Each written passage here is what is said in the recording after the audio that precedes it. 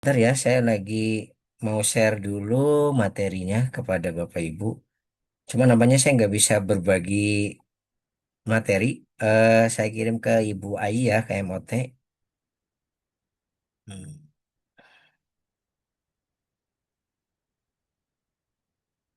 sebentar.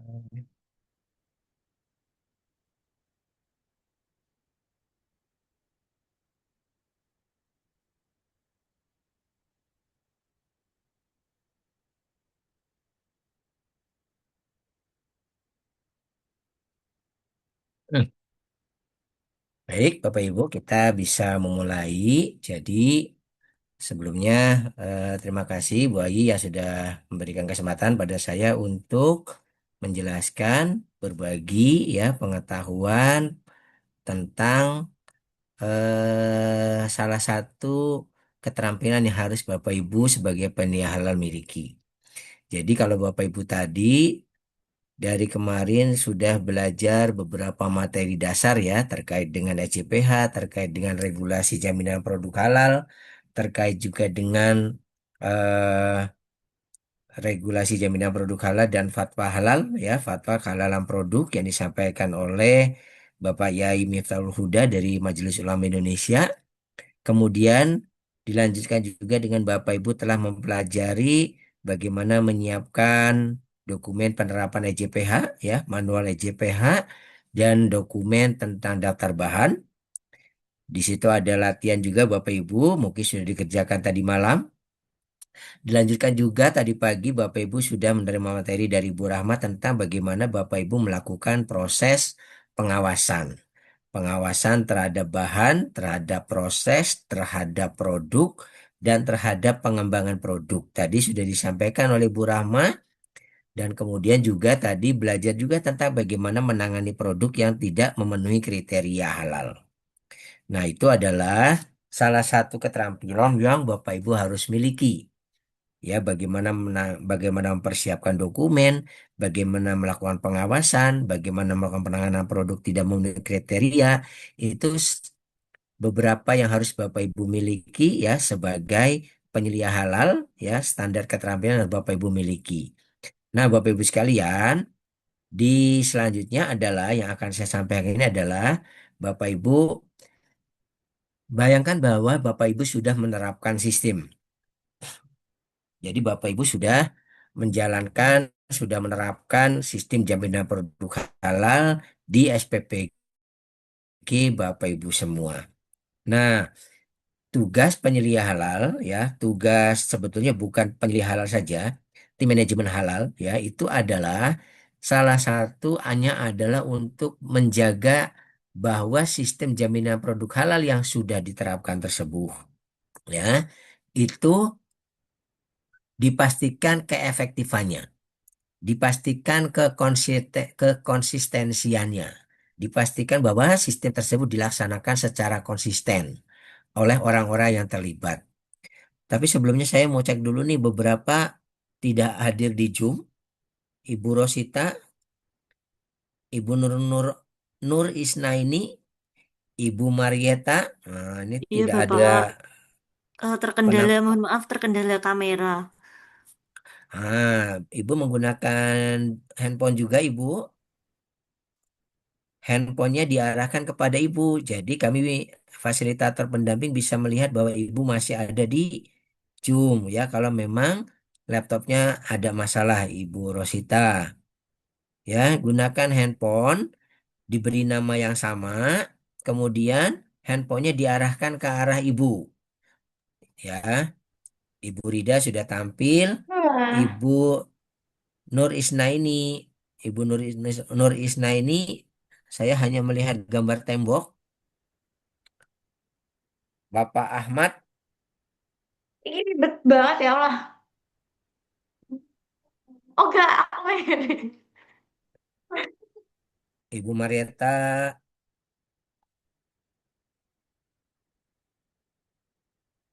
siapa lagi ya? Pak Muhammad nih. Saya ingin memastikan kehadiran Bapak Ibu. Ya, terus kemudian Bapak Ibu, mungkin tadi Bapak Ibu tugas duanya belum selesai, tapi saya minta tugas yang belum selesai disimpan saja dulu ya. Mari kita sama-sama belajar untuk materi ini. Sekaligus juga nanti kita akan berlatih juga ada tugas juga Bapak Ibu. Nah, jangan sampai nanti Bapak Ibu di saat materi kita berjalan, Ibu ngerjain tugas. Nanti materi berikutnya tugas dua.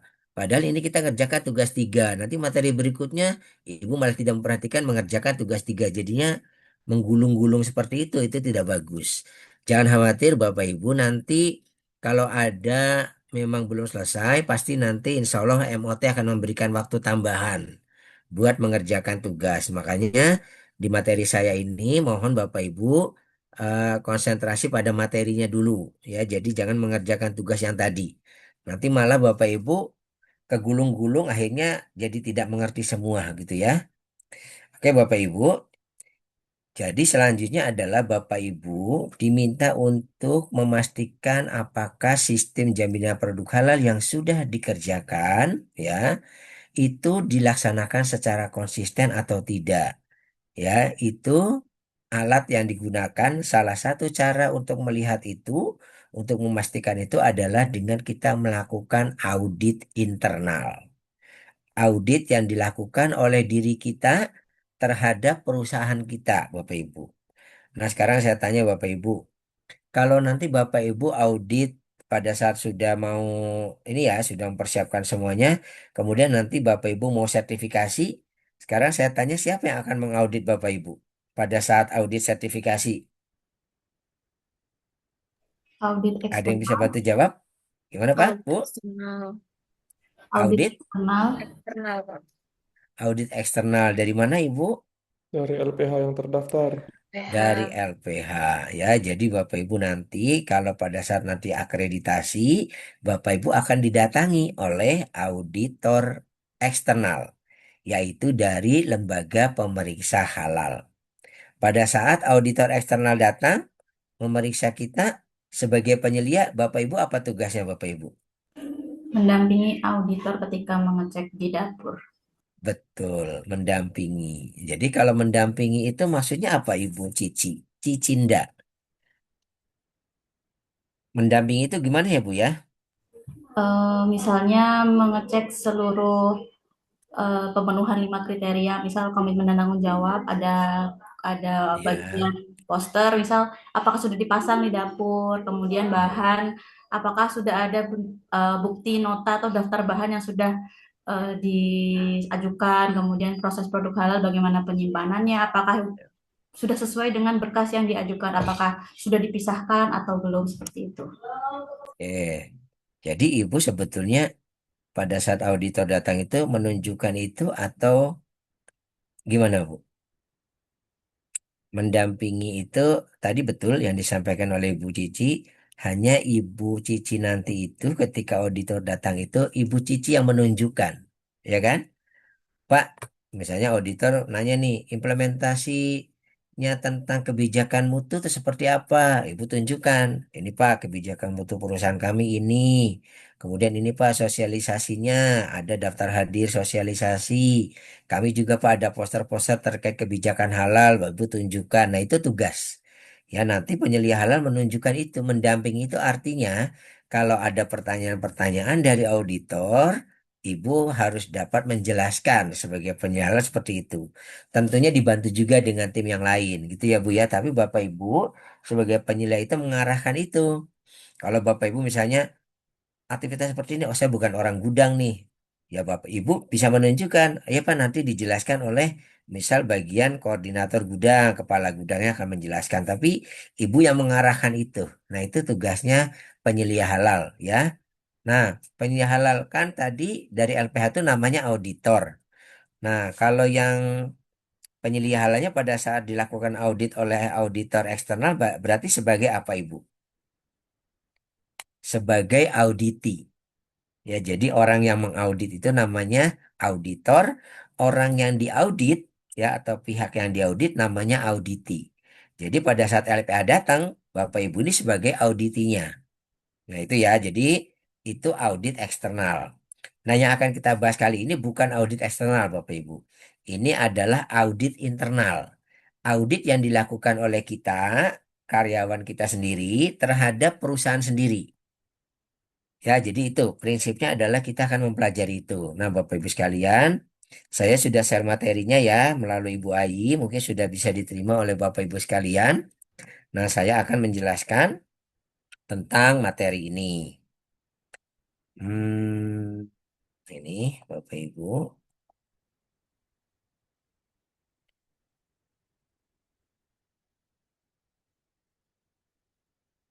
sudah nampak ya, Bapak Ibu? Sudah nampak di layar? Sudah, Pak. Sudah, Pak. Oke. Jadi kita di sesi kedua di hari kedua ini kita akan mempelajari dua. Yang pertama melakukan audit internal penerapan EJPH, kemudian yang kedua adalah melakukan evaluasi dan tindak lanjut dari hasil audit internal tersebut.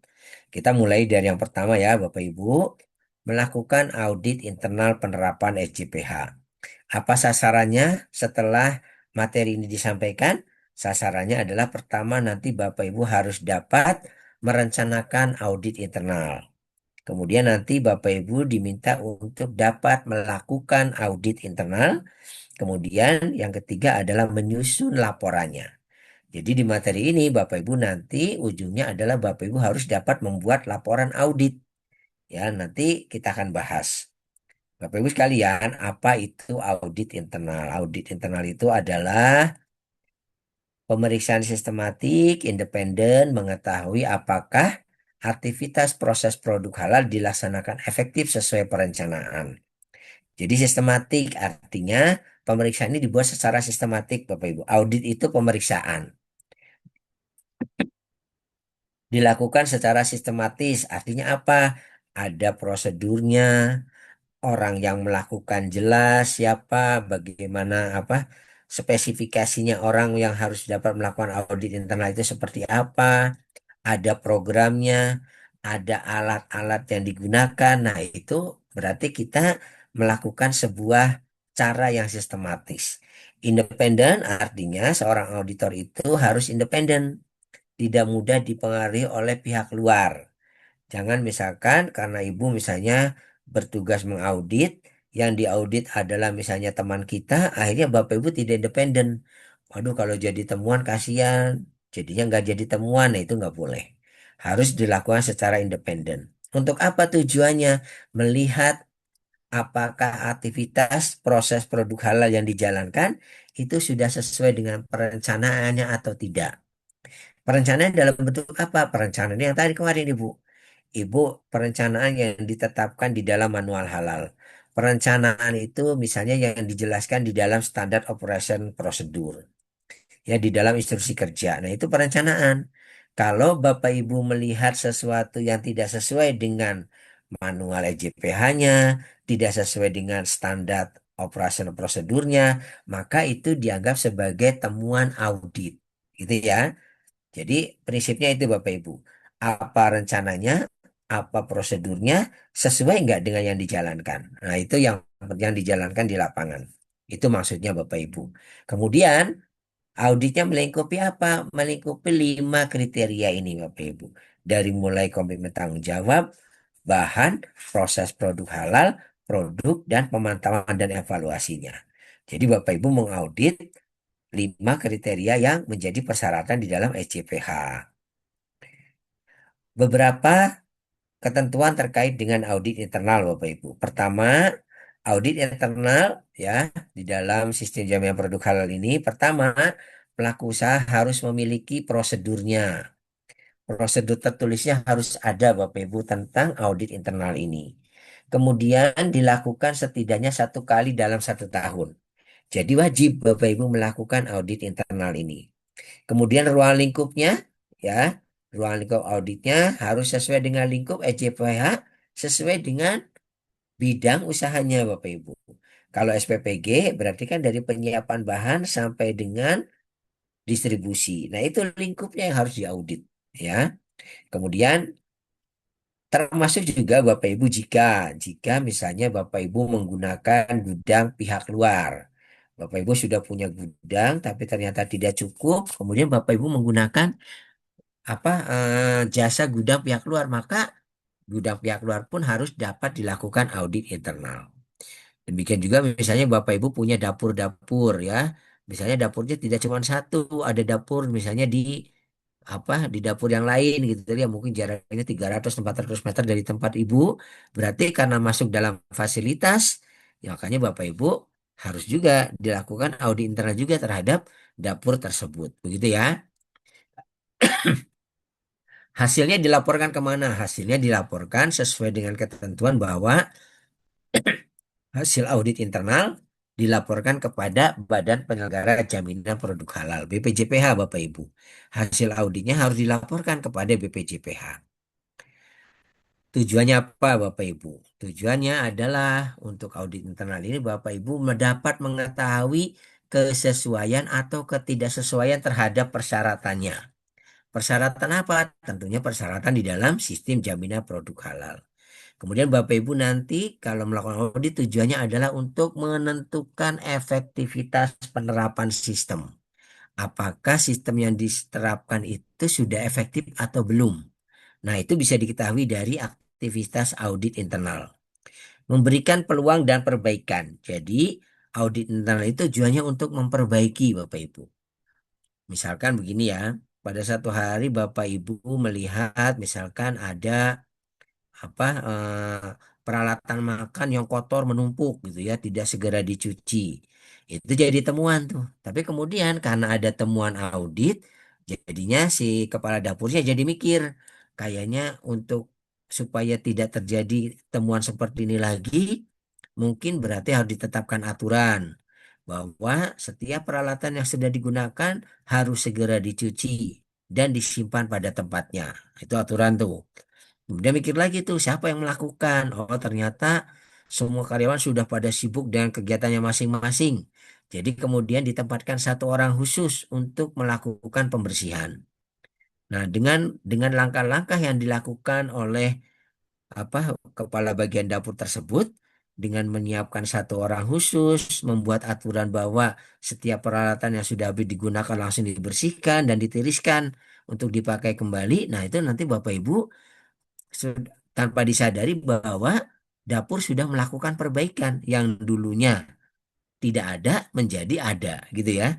Yang dulunya tidak ada personil untuk segera membersihkan sekarang sudah ada.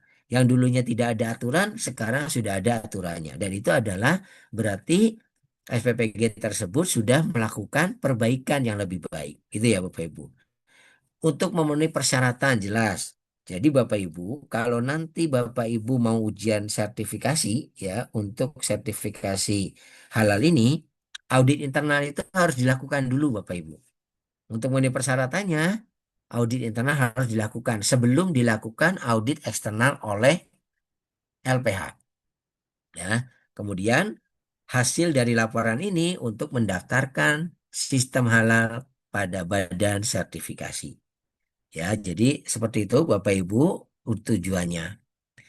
Sekarang peran penyelia halal. Sudah jadi penyelia halal, nanti Bapak Ibu dalam aktivitas audit internal itu sebagai apa? Nah, Bapak Ibu sebetulnya bisa menjayakan nanti akan dibentuk tim internal auditor Bapak Ibu.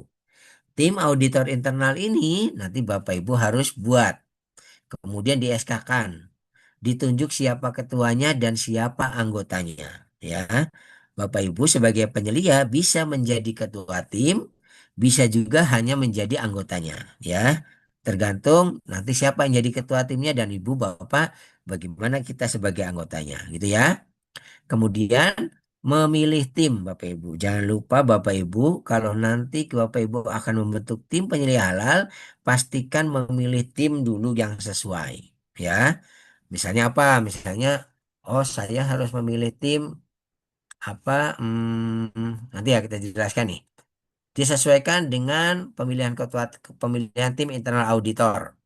Disesuaikan dengan pengetahuannya terhadap proses. Oh, tim kalau jadi tim internal auditor ya harus mengetahui proses kan gitu kan. Berarti saya harus menunjuk orang-orang yang mungkin sudah cukup berpengalaman di prosesnya. Misalnya dipersyaratkan anggota tim internal auditor itu satu mungkin sudah bekerja 1 tahun gitu ya atau 6 bulan yang dianggap bahwa dia sudah mengetahui prosesnya. Kemudian komposisinya disesuaikan dengan area dan fungsi yang diaudit ya. Jadi nanti Bapak Ibu menentukan siapa mengaudit bagian mana, siapa mengaudit bagian mana. Ya, kemudian kecakapan audit Bapak Ibu. Pastinya Bapak Ibu harus memilih orang yang memiliki kecakapan bagaimana melakukan audit.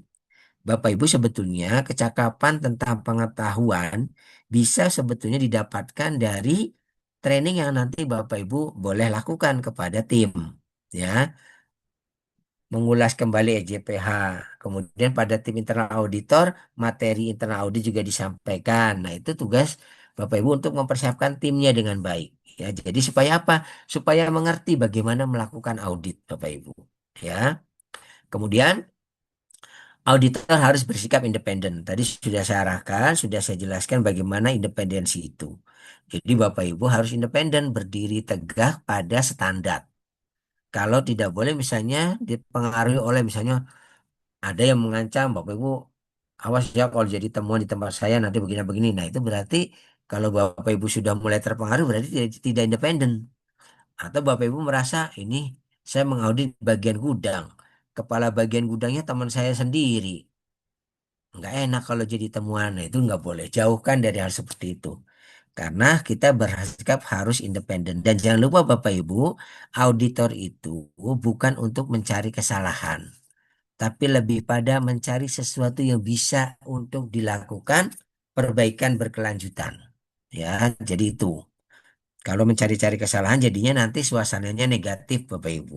Tapi kalau kita niatnya ini untuk mencari sesuatu yang bisa kita perbaiki bersama, nah itu supaya suasana internal audit itu baik gitu ya. Tanggung jawab. Tetapkan tugas dan tanggung jawabnya Bapak Ibu. Tugas ketua tim itu apa? Tugas dan anggota tim itu apa? Kalau ketua tim, pertama menetapkan programnya dulu. Ya, program auditnya mau ditetapkan berapa? Oh, ditetapkan 1 tahun sekali saja sesuai persyaratan. Kemudian ditetapkan dulu kira-kira pelaksananya itu bagusnya audit itu di bulan apa? Oh, sekitaran misalnya bulan Februari gitu ya. Kemudian mengidentifikasi kebutuhan sumber daya. Kebutuhan sumbernya diperlukan apa?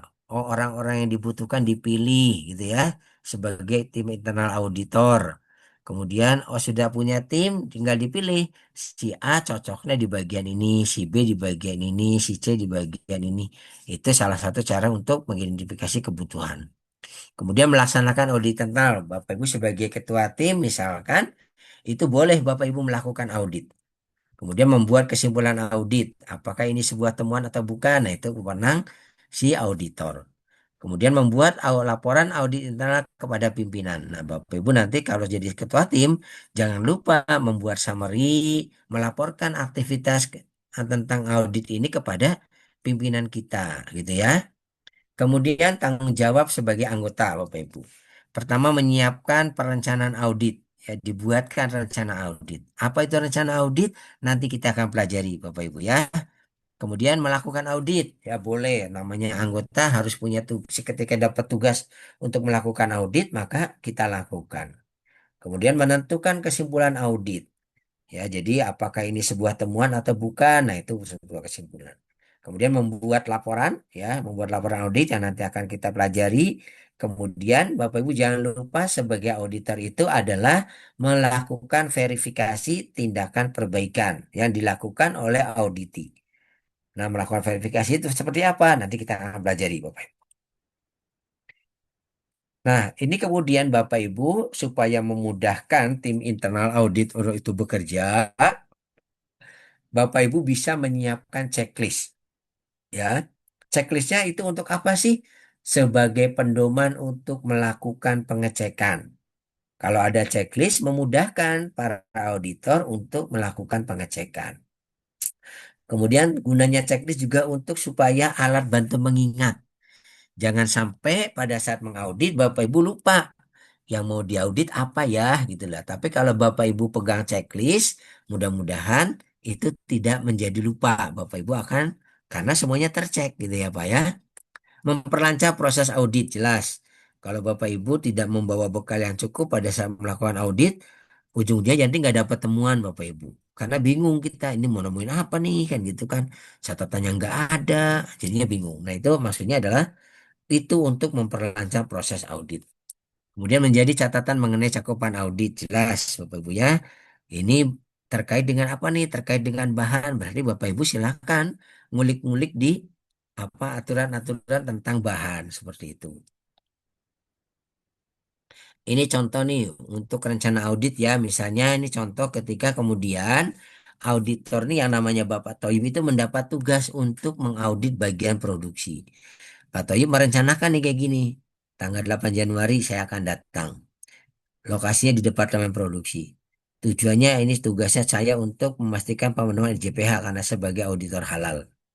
Auditornya saya, Pak Toyib nulis nih di sini. Kemudian metodenya, oh saya nanti metodenya karena saya pengen datang ke produksi, saya mau ngecek dokumen, harus verifikasi di lapangan, sama mengecek ketidaksesuaian foto gitu ya. Itu contoh. Nah, Bapak Ibu sekalian, baru masuk kemudian di agendanya. Ya Bu ya. Agendanya apa? Oh, nanti saya akan datang jam 9. Jam 9.30 pembukaan. Kemudian nanti setengah jam kemudian saya mau mengecek dokumen. Setelah itu saya mau kunjungan instalasi fasilitas gitu ya. Sampai dengan pukul 12. Setelah itu saya mau buat laporan. Setelah buat laporan, saya akan sampaikan kepada auditi. Jadi target saya jam 12 itu saya sudah selesai semua. Nah, itu contoh Bapak Ibu ya. Jadi kita membuat perencanaan. Jadi nanti kita jelas Bapak Ibu. Sekarang misalnya sekarang pukul 9.30. Oh, waktunya saya ngecek dokumen. Ya, nanti kan ada waktu 2 jam. Silahkan Bapak Ibu ngecek. Ya, 1,5 jam kalau digambarkan di sini ya. Setengah jam saja mengecek dokumen. Habis itu mengunjungi fasilitas ya, siapkan tenaganya untuk mengunjungi fasilitas. Ini hanya contoh Bapak Ibu yang beberapa jam. Tapi kadang misalnya Bapak Ibu merasa saya perlu auditnya lebih panjang ya silahkan tinggal diatur gitu ya. Ini bagaimana cara kita membuat laporan audit Bapak Ibu. Nah, membuat laporan audit itu seperti ini. Kita mengenal ada 4 ya. Pertama yang kita kenal dengan PLOR ya. Pertama problemnya apa, P-nya apa, masalahnya apa, atau temuannya apa ya. Kemudian lokasinya di mana Bapak Ibu. Kalau kita mendapatkan sebuah temuan, maka kita tentukan ini lokasinya di daerah mana ya. Apakah di bagian gudang, apa di bagian produksi, apakah di bagian apa GA gitu ya, apakah di bagian penyortiran. Nah, itu menjadi bagian apa yang biasanya muncul ketidaksesuaian. Kemudian bukti objektifnya apa ya? Kalau Bapak Ibu ternyata menemukan sesuatu ya tunjukkan buktinya. Lewat apa? Ya dengan foto, ya kan? Dengan kegiatan, hal-hal banyak yang bisa kita buktikan itulah. Kemudian mengapa dianggap sebagai ketidaksesuaian? Jadi kalau ada ketidaksesuaian kita harus jelas acuannya ini tuh sebetulnya tidak sesuai dengan kriteria yang mana. Apakah kriteria satu, apakah dua, apakah tiga gitu ya. Itu jelas referensinya Bapak Ibu. Jadi jangan kemudian kita menemukan ketidaksesuaian tapi kita nggak jelas ini masuknya referensinya kemana. Nah, itu berarti kita tidak siap. Nah, Bapak Ibu sekalian, ini adalah contoh laporan audit. Ya, laporan audit dan tindak lanjut hasil audit. Nanti kita akan berlatih menggunakan form ini, Bapak Ibu. Bagaimana Bapak Ibu menggunakan form ini untuk Bapak Ibu melakukan audit di usahanya masing-masing. Jadi mohon ini diperhatikan. Selanjutnya adalah kalau Bapak Ibu sudah melakukan audit gitu ya.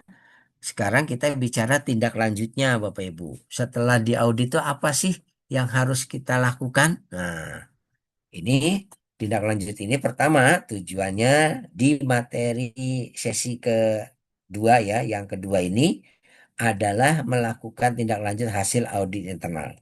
Tujuannya apa? Tujuannya adalah Bapak Ibu dapat melakukan evaluasi.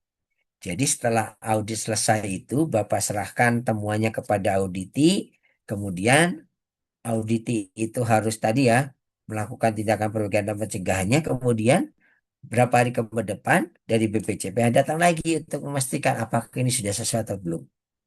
Itu ininya, melakukan evaluasi. Ya, kemudian mendokumentasikannya. Jadi jangan lupa Bapak Ibu, setiap file yang terkandung aktivitas kita dalam rangka melakukan audit internal harus disimpan baik-baik. Ya, karena bukan tidak mungkin auditor itu bisa boleh bertanya, auditor dari luar itu boleh bertanya misalnya begini, apa boleh bertanya tentang sesuatu yang ini apa yang lalu. Makanya buktinya didokumentasikan gitu ya. Jadi kalau bukti bahwa saya mau lihat hasil audit yang tanggal sekian yang sudah dilakukan tahun 2025. Nanti Bapak Ibu kalau sistem filingnya tidak bagus akan kesulitan mencari data. Tapi kalau sistem filingnya bagus, Bapak Ibu akan mudah mencari data dan menunjukkannya. Nah, Bapak Ibu, yuk kita belajar tentang siklus ini Bapak Ibu, biar Bapak Ibu lebih memahami. Pertama nih, yang sisi kanan itu adalah auditor, yang sisi kiri adalah auditi. Pertama, auditor sudah merencanakan gitu ya, membuat jadwal, datang ke pelaku usaha, ke internal pelaku usaha untuk melakukan audit. Nah, Bapak Ibu, pertama identifikasi dulu temuannya apa, dilihat. Kalau Bapak Ibu pegang checklist, maka Bapak Ibu dengan checklist tersebut melihat, oh ini sesuai apa tidak gitu ya. Nanti kemudian Bapak Ibu hasilnya adalah Bapak Ibu membuat laporannya. Tulis temuannya dalam laporan. Oh, saya sudah keliling bagian gudang. Tadi saya menemukan A, B, C. Ya ditulis. Itu sebagai laporan audit Bapak kepada ketua tim internal auditor. Ya, jadi habis itu diserahkan pada ketua tim untuk Nah, Bapak Ibu sekalian, kalau Bapak Ibu sudah menemukan temuannya, harus dikonfirmasi kepada auditi. Ya, jangan sampai temuan ibu yang bapak ibu sudah buat itu sebetulnya ternyata tidak dikonfirmasi. Nanti bisa bilang auditnya nggak tahu. Ini ada temuan nih tentang ini. Area di area gudang. Tapi karena tidak dikonfirmasi ke orang gudang bisa bilang tidak tahu. Saya waktu kemarin audit tidak masuk, nah, gitu kan? Ini tidak ada kabar apa-apa bahwa saya harus menindaklanjuti. Nah, itu bahaya jadinya Bapak Ibu. Nah, makanya harus dikonfirmasi. Kalau sudah confirm, berarti sudah ada persetujuan bahwa itu adalah temuan audit. Nanti kemudian temuan audit itu diserahkan kepada auditi. Ya, diserahkan pada auditi, kemudian diidentifikasi masalahnya apa. Ini apa ya temuannya? Oh, penyebabnya apa ya? Dituangkan tuh dalam tulisan.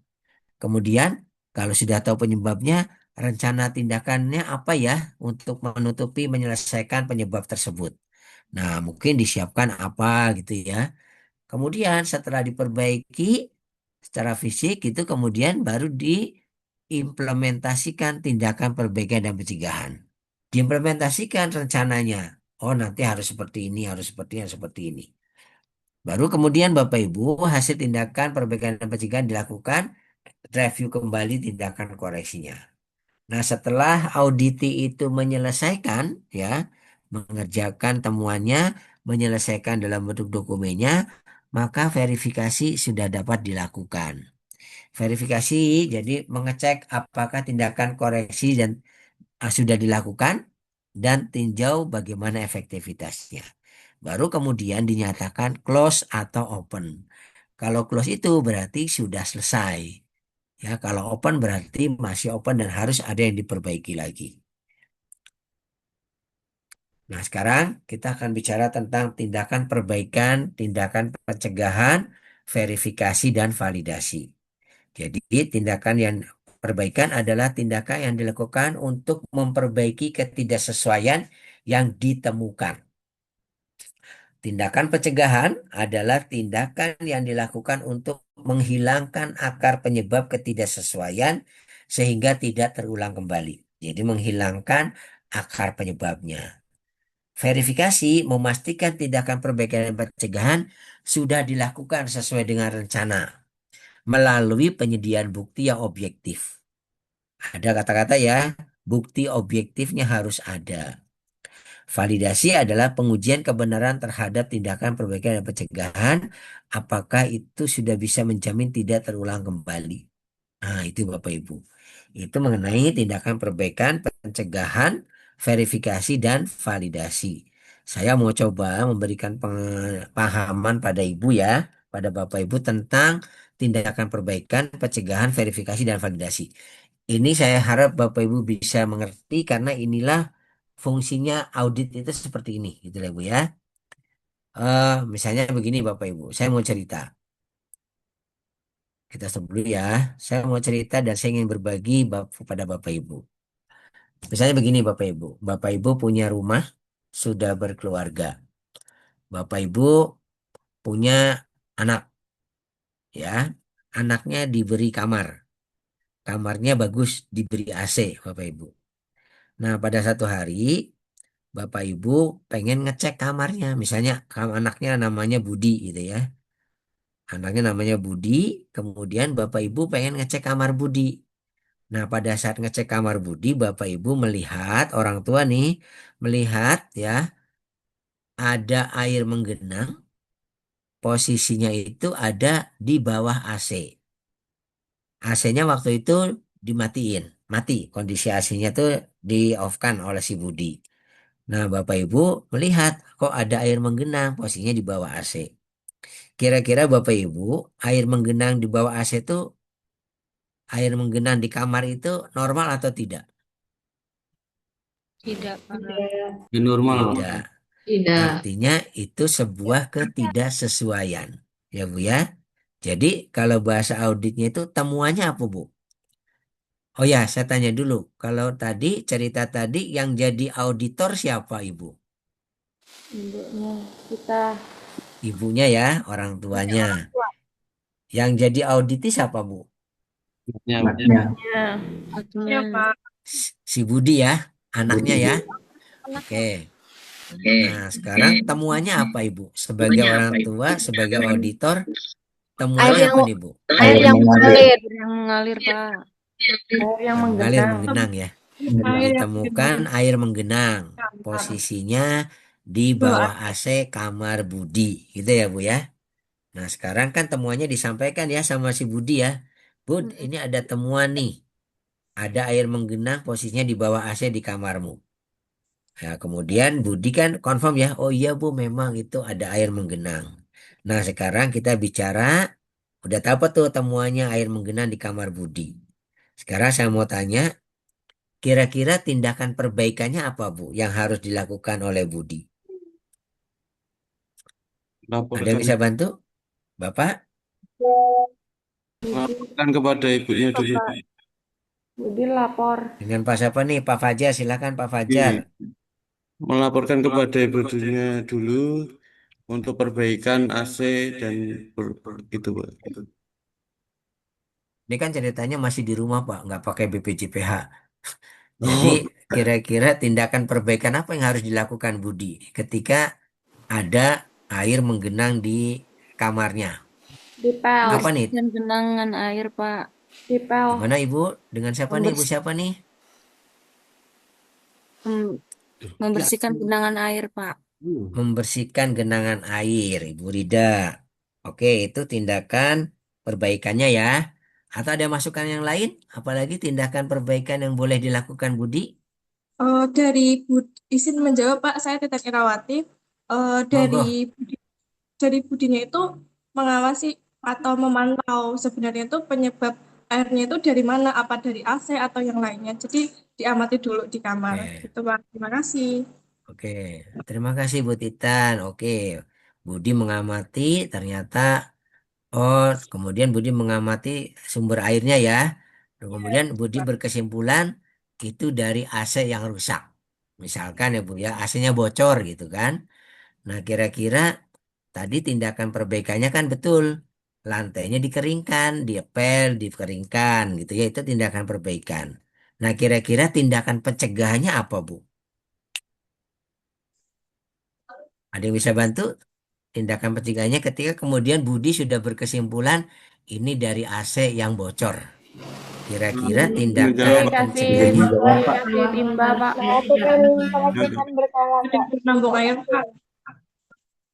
gimana? Bu Titan dulu. Apa Bu Titan? Silakan. di bawah AC-nya itu dikasih wadah Pak biar airnya itu nggak mengalir kemana-mana gitu Pak. Oke, oke, setuju. Ada AC-nya lagi tindakan diperbaiki, Pak. perbaikannya? AC-nya Perbaiki diperbaiki, AC-nya Pak. AC-nya. diperbaiki, Pak.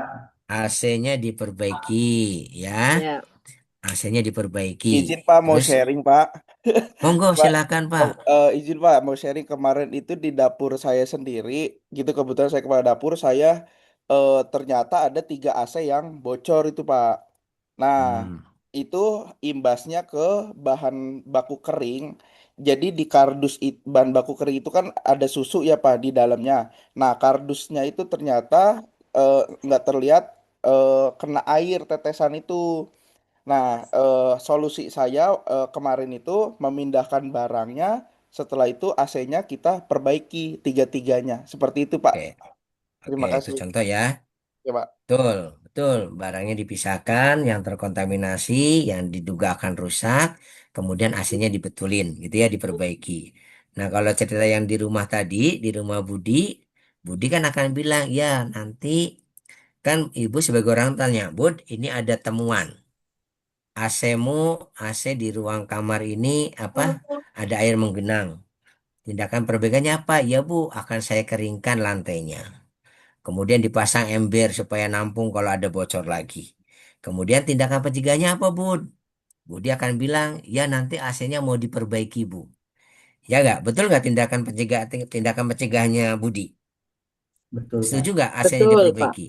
Betul, Pak. Betul. Sekarang Betul, Pak. pertanyaannya lagi apa, Bu? Sebagai auditor. Kalau Budi bilang, Bu, nanti ya saya akan perbaiki AC-nya. Kira-kira pertanyaan apa lagi yang harus Ibu tanyakan pada Budi? Berapa lama, Pak, pengerjaan AC-nya? Betul.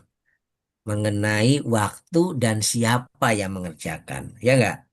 Bud, kamu janji sekarang hari Kamis mau diperbaiki AC-nya.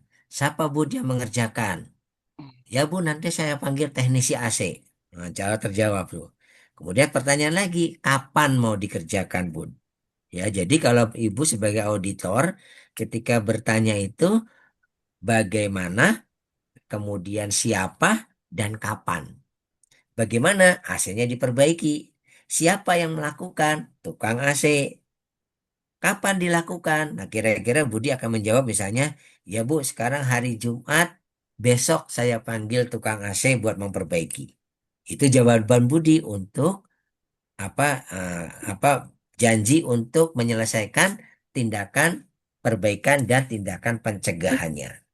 Nah, Bapak Ibu sekalian, sudah selesai tuh.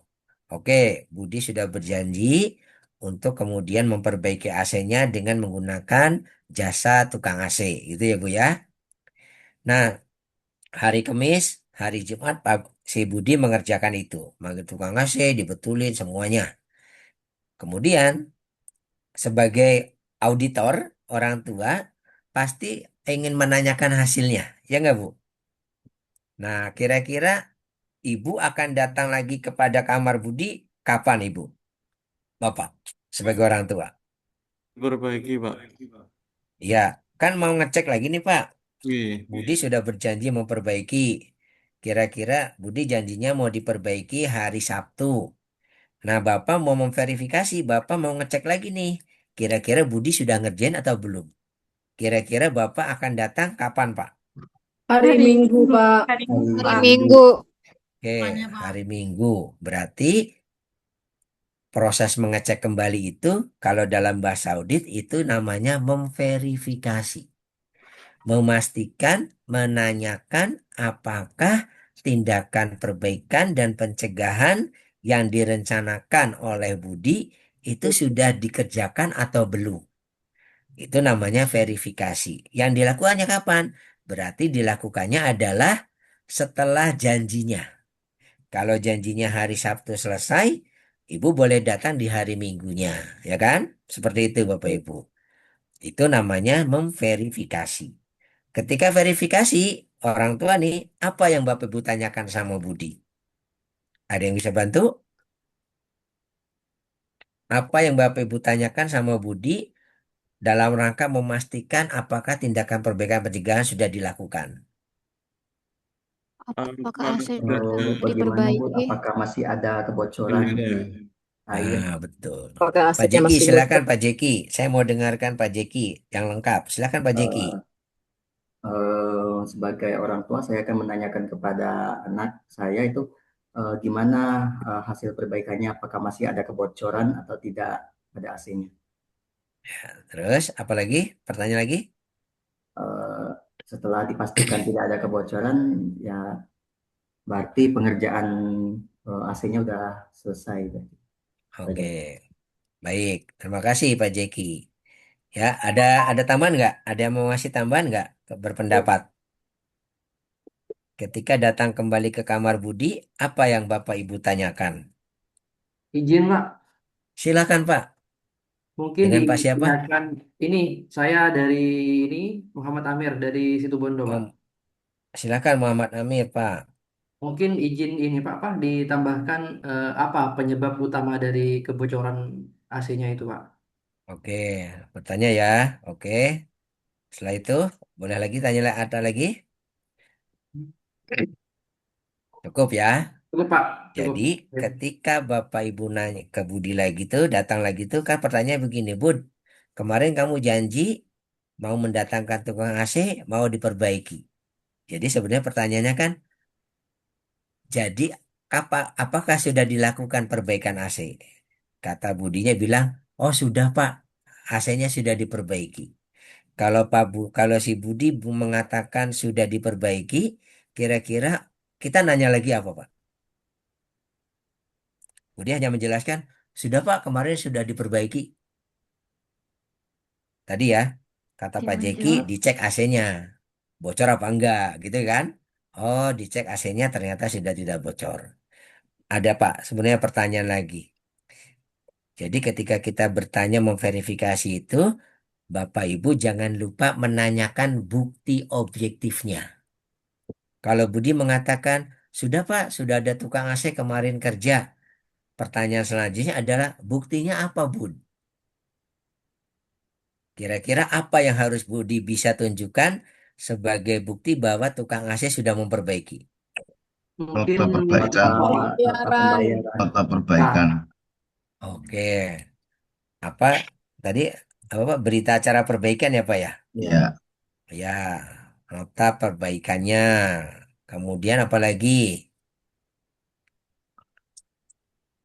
Pak, untuk Boleh ditanya Pak. tindakan pencegahan itu, kalau tindakan pencegahan dari awalnya itu diberikan secara tertulis pada Budi, itu kan akan lebih baik. Tapi kalau hanya dengan janji lisan, itu tidak ada bukti otentik, ada teguran Iya, ataupun ada perbaikan. Itu dari awalnya pencegahannya harusnya memberikan catatan pada Budi, dan Budi nanti akan membalas dengan catatan itu dari si tukang servis AC. ya, betul. Kalau dalam pabrik mungkin begitu nanti ya Pak ya.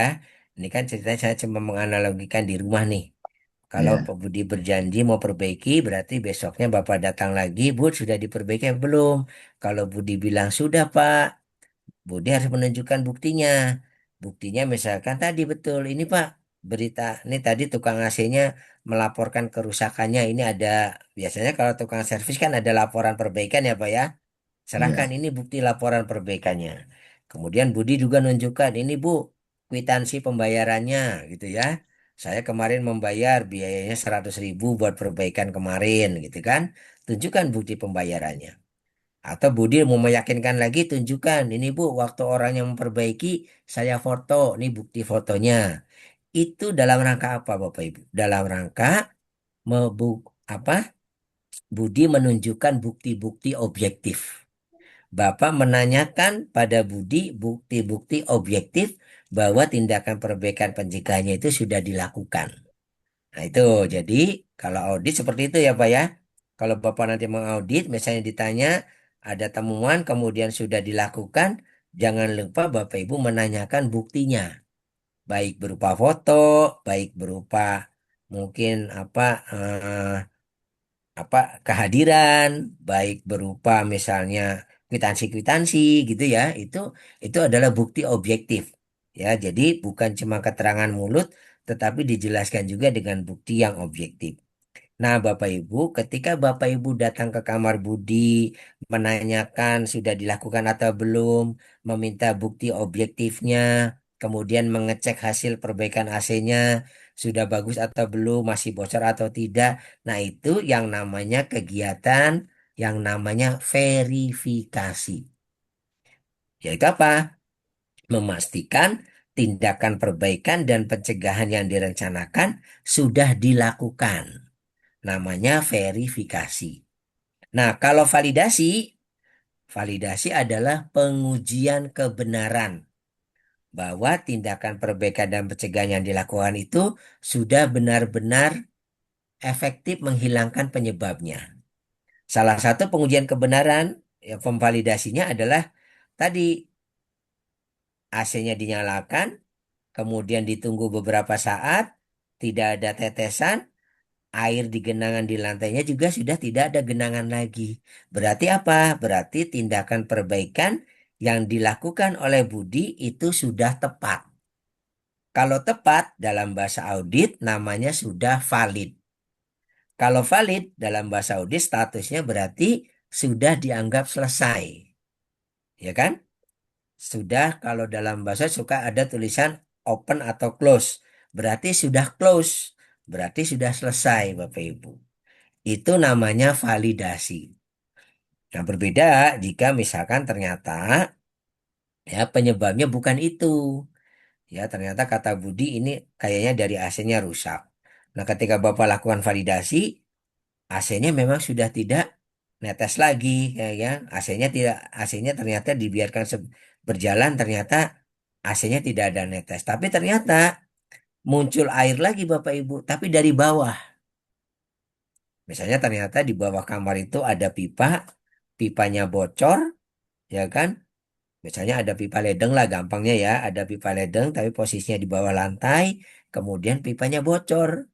Karena bocor akhirnya naik, menggenanglah di lantai. Artinya apa?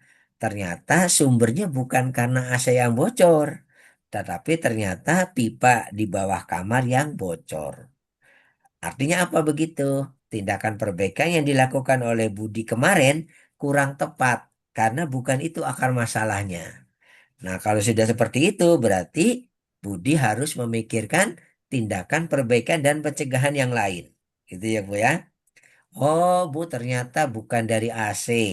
Penyebabnya itu ternyata dari ada pipa ledeng, pipa air yang ada di bawah lantai ini ternyata bocor.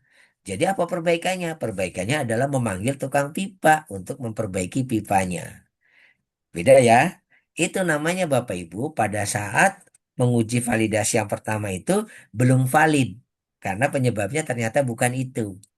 Nanti setelah diperbaiki pipanya, ibu datang lagi besoknya, ternyata sudah diperbaiki dan sudah selesai, tidak ada genangan lagi, berarti sudah namanya sudah valid.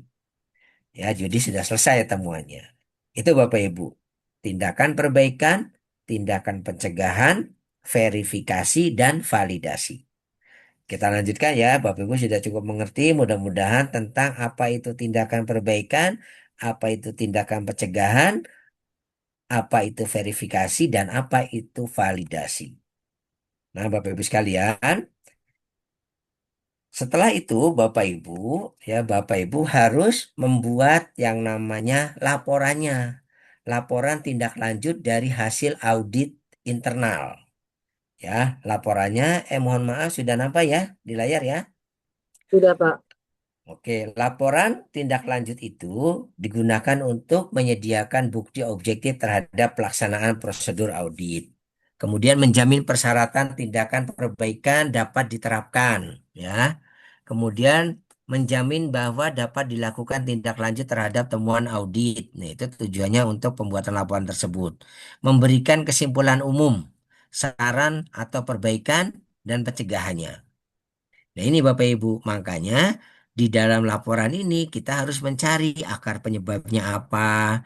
Ini kan lanjutan ya Bu ya. Tadi kita di materi yang sebelumnya kita sudah bisa mengisi sampai dengan laporan audit di sini. Kemudian kita sekarang belajar. Tadi sudah diberi contoh tentang rumah Budi ya. akar penyebabnya apa, tadi sudah kita beri contoh, tindakan perbaikannya apa, tindakan pencegahannya apa, kemudian tanggal rencana penyelesaiannya ditentukan, sampai kemudian verifikasinya seperti apa. Nanti kita akan sama-sama berlatih untuk menjelaskan tentang ini. Kemudian Bapak Ibu sekalian, tindakan perbaikan yang efektif dapat dijadikan standar baru dalam bentuk prosedur atau form atau merevisi yang sudah ada. Jadi maksudnya begini Bapak Ibu.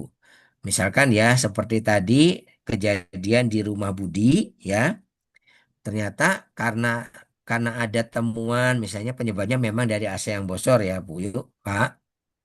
Misalnya karena ada temuan air menggenang yang disebabkan karena AC bocor, kemudian tanpa disadari keluarga tersebut nanti punya standar baru, Pak. Misalnya begini, Budinya cerita, Bu, kemarin saya mendampingi tukang servis AC. Cuma pada saat saya ngobrol nyari penyebabnya apa, orang servis AC sempat ngobrol menyampaikan bahwa kalau AC seperti ini itu supaya menghindari kerusakan bocor harus ada yang namanya perawatan 3 bulanan. Jadi sebaiknya diservis berkala setiap 3 bulan sekali, Pak. Itu masukannya tukang AC. Dan memang sudah betul, ya. Budi meyakinkan bahwa kita harus melakukan ini supaya tidak terjadi kesalahan berulang gitu ya. Akhirnya kemudian bapaknya memutuskan, ya sudah Bud, mulai sekarang AC di kamar kamu dan AC mungkin di kamar orang tua juga ada, harus dilakukan pengecekan setiap 3 bulan, ya kan? Nanti Budi harus mencatat kapan ini diperbaiki. Oh, kemarin AC ini diperbaiki misalnya tanggal 10 Juni gitu ya. Berarti nanti tanggal 10 Juni, Juli, Agustus, September. Sebelum maksimum tanggal 10 September itu kita sudah harus lakukan servis AC kembali. Nah, Bapak Ibu sekalian, tanpa disadari rumah Budi itu sudah punya standar baru yang dulu tidak pernah ada agenda pembersihan AC 3 bulan sekali. Sekarang sudah ada standar baru bahwa setiap 3 bulan sekali AC harus dilakukan perawatan rutin. Nah, itu maksudnya Bapak Ibu. Di perusahaan juga sama. Di SPPG juga sama. Kalau ada sesuatu yang merupakan hasil perbaikan dan ternyata ini perlu dijaga, maka itu menjadi sebuah standar baru yang bisa digunakan, Bapak Ibu. Itu ya. Kemudian laporan audit dan tindak lanjut hasil audit didokumentasikan, disampaikan kepada pihak yang berkepentingan dalam audit internal.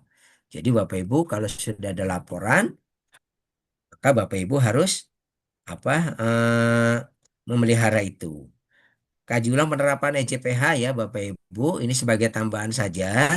Jadi tapi sebenarnya ini sudah diterangkan oleh pemateri EJPH kemarin.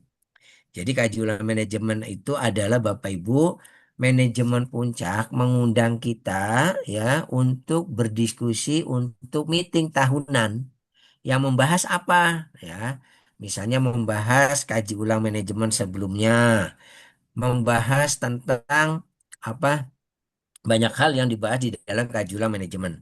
Tapi mengenai persyaratannya dulu ya Bapak Ibu, prosedurnya Bapak Ibu harus memiliki ya. Jadi ada prosedur yang namanya prosedur kaji ulang manajemen. Bisa digabungkan dengan internal audit. Tidak. Kemudian dilaksanakan sedikitnya sekali dalam 1 tahun. Kemudian terdapat bukti pelaksanaannya. Kemudian bukti pelaksanaannya harus dipelihara, disimpan dokumennya. Kemudian hasil kaji ulangnya kemudian disampaikan kepada pihak-pihak yang terkait tergantung mana yang dijadikan rekomendasi untuk perbaikan. Nah, Bapak Ibu sekalian, sebentar. Apa saja Bu yang dibahas di dalam kaji ulang manajemen? Pertama, tentang kaji ulang sebelumnya. Kemudian perubahan-perubahan. Apakah ada perubahan proses, perubahan layout, perubahan mesin yang terkait dengan sistem jaminan produk halal, maka itu dilaporkan. Dibahas juga di dalam kaji ulang. Kemudian informasi tentang kinerjanya tim halal seperti apa, nah itu disampaikan. Kemudian setiap ketidaksesuaian dan tindakan perbaikan, Bapak Ibu. Kalau ada temuan audit, tindakan perbaikannya apa, pencegahannya apa, itu nanti dilaporkan juga. Dibahas juga di dalam kajian manajemen. Evaluasi kinerja supplier. Bapak Ibu punya supplier, dalam 1 tahun dilihat kinerjanya seperti apa. Apakah cukup bagus, apakah jelek, gitu ya. Kesimpulannya apa? Apakah ini akan dilanjutkan, kita bekerja sama dengan supplier yang tersebut, atau diperlukan supplier yang lain. Nah, itu nanti menjadi keputusan Bapak Ibu. Tapi itu terbahas di dalam kajian manajemen. Kecukupan sumber daya. Ya, apakah sumber daya mesin kita sudah cukup? Kalau belum berarti akan ditambah. Apakah sumber daya manusia kita sudah cukup?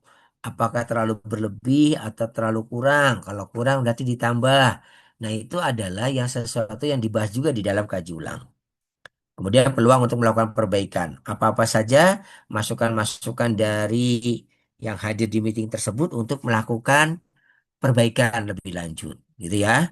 Nah, nanti keputusannya, output dari kaji ulang manajemen adalah keputusan dari manajemen untuk melakukan perubahan-perubahan. Ya, apa yang mau dirubah, apa yang mau diperbaiki, apa yang mau diimprove, nanti manajemen akan memutuskan itu. Itu adalah tentang kaji ulang penerapan SJPH. Ya, Bapak Ibu, yang dilakukan setahun sekali.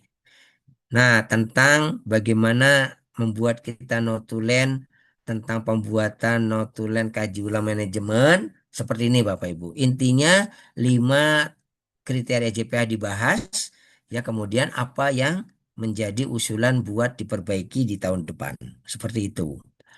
Oke Bapak Ibu, materinya sudah berakhir. Mungkin ada pertanyaan sebelum kita masuk ke studi kasus. Silakan Bapak Ibu. Ada pertanyaan tidak? Oke, bentar ya Bapak Ibu. Duh, ini cuma admin yang kirim.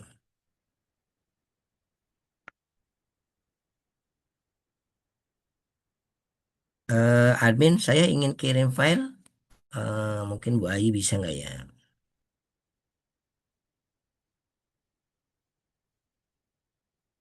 Silakan Bapak Ibu jika ada yang ingin ditanyakan. Atau kita nanti masuk ke tugas ya Bapak Ibu. Sebentar.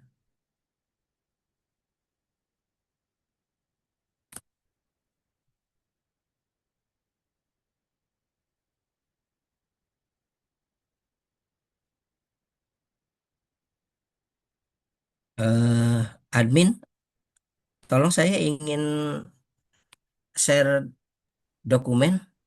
Ya, Pak. Sebentar.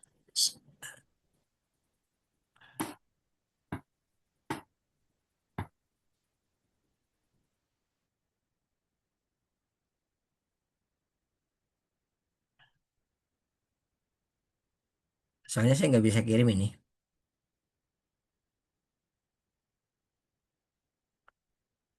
Atau saya kirim ke Kasela ya. Kasela kirim ke grup ya. Kasela. Bisa? Ya, siap Pak. Bisa saya bantu Pak ya. Oke, saya kirim ke Kasela dulu. Kasela tolong kirim ke grup peserta ya. Ya, oke siap Pak. Nah, Bapak Ibu, ada studi kasus nih yang akan harus Bapak Ibu kerjakan. Tapi sebelumnya boleh Bu, kalau ada yang ingin ditanyakan Bu. Ada pertanyaan nggak terkait materi internal audit dan tindak lanjutnya? Oke, kita langsung masuk aja ya ke diskusi. Sekarang sudah diterima itunya Bapak Ibu, filenya untuk tugas. Sudah, Pak. Sudah ya. Nah, sekarang saya ingin mengajak Bapak Ibu untuk sama-sama memahami ya tentang tugas ini. Ya, mudah-mudahan semua bisa mengikutinya ya. Nah, Bapak Ibu sekalian, mungkin ada yang mau bervolunteer untuk membaca membacakan studi kasus ini? Siapa? Saya Pak, kalau boleh. Dengan siapa nih? Pak siapa? Pak, dengan nama saya Jeki Muslimin Pak, dari Oh, SPPG Pak Jeki. Jakarta. Silakan Pak Jeki. Makasih ya sudah membantu. Silakan Pak Jeki, bisa dimulai. Oke, ini ada tugas 3, pelatihan penyelia halal reguler UMK, studi kasus internal audit, melaksanakan internal audit dan menyusun laporan audit, dan tindak lanjut audit internal. Sesuai rencana kerja SPPG Siswa Sehat, Ketua Tim Internal Audit sekaligus penyelia halal, yaitu Ibu Kartika, memberikan tugas pada Pak Chandra sebagai auditor internal untuk melakukan audit internal bagian penerimaan pada tanggal 10 Maret 2026. Audit internal ini dimaksudkan sebagai persiapan sebelum audit sertifikasi. Saat Ya. melakukan audit di gudang bahan, Pak Chandra didampingi oleh Pak Rahmat sebagai Kepala Bagian Penyediaan, menemukan adanya bahan baku bumbu marinasi yang digunakan bagian produksi sebanyak 5 karton dengan merek sajikan yang tidak terdapat label halalnya, dan dari telaah dokumen dari daftar bahan halal yang telah disetujui oleh BPJPH dan LPH, bahan baku bumbu marinasi yang digunakan seharusnya adalah merek Sedap Sehat dan telah memiliki sertifikasi halal. Pak Chandra memastikan dengan memeriksa pada link dan memang bahan baku bumbu marinasi merek sajikan belum memiliki sertifikasi halal. Saat dikonfirmasi, Pak Rahmat memberikan keterangan bahwa bahan baku bumbu marinasi sajikan sebanyak 5 karton baru didatangkan dari supplier 3 hari lalu sebagai alternatif karena merek Sedap Sehat mengalami kekosongan stok di supplier. Bagian penyediaan tidak melaporkan ke penyelia halal dan tim manajemen halal terkait perubahan penggunaan bahan baku bumbu marinasi tersebut, sehingga dalam produksi pembelian bahan baku yang sudah dimiliki tidak dijelaskan bahwa bagian pembelian harus melapor jika ada perubahan penggunaan bahan di luar yang tercantum dalam daftar bahan halal. Jadi dari penjelasan cerita di atas ya Bapak Ibu dimohon untuk satu mengisi temuan ketidaksesuaian dalam daftar periksa audit internal, kemudian membuat laporan audit dan tindak lanjut dalam form laporan audit dan tindak lanjut hasil audit internal di bawah ini. Jadi Bapak Ibu sekalian, di sini ada checklist. Checklist ini adalah checklist audit internal. Bapak Ibu, sebetulnya checklist ini Bapak Ibu nanti bisa Bapak Ibu gunakan untuk tim internal audit Bapak Ibu. Ya, tapi ini apa? Tapi jika Bapak Ibu punya checklist sendiri silahkan. Tapi jika belum memiliki, Bapak Ibu sebetulnya bisa menggunakan checklist ini. Nah, mari sekarang kita sama-sama berlatih ya, berdasarkan studi kasus yang tadi sudah dibacakan oleh Pak Jeki. Ya, kita sama-sama untuk membahas itu. Apa yang akan kita kerjakan? Pertama, Bapak Ibu berlatih mengisi checklist ini. Checklistnya banyak ya, Bapak Ibu. Kemudian yang kedua, Bapak Ibu diminta untuk membuat laporan audit dan tindak lanjutnya seperti ini. Berdasarkan apa? Berdasarkan studi kasus yang tadi sudah kita bacakan oleh Pak Jeki. Nah, Bapak Ibu sekalian, Bapak Ibu kan sudah belajar tentang kriteria EJPH ya, Bapak Ibu. Kriteria EJPH apa saja kemarin, Bapak Ibu? Ada yang bisa bantu? Saya Bapak. Kriteria Silakan dengan IPH yang pertama tanggung jawab dan komitmen dan tanggung jawab.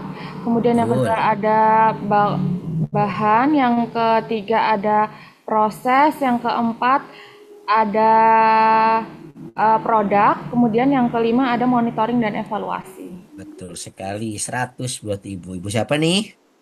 Zilvi, Pak. Oh iya Ibu Jilvi. Ibu Jilvi kok gelap Ibu Jilvi? Kemana ya? Iya, Pak, lagi kendala ini, Pak. Kameranya Oke. kayaknya terlalu lama dipakai. Oh iya. Deh. Oke Ibu Jilvi terima kasih ya. Jadi, nah dari 5 kriteria JPA tadi, kalau berdasarkan tadi cerita di studi kasus, kira-kira lebih terkait dengan kriteria yang mana, Ibu? Yang nomor Ada 2, Bapak.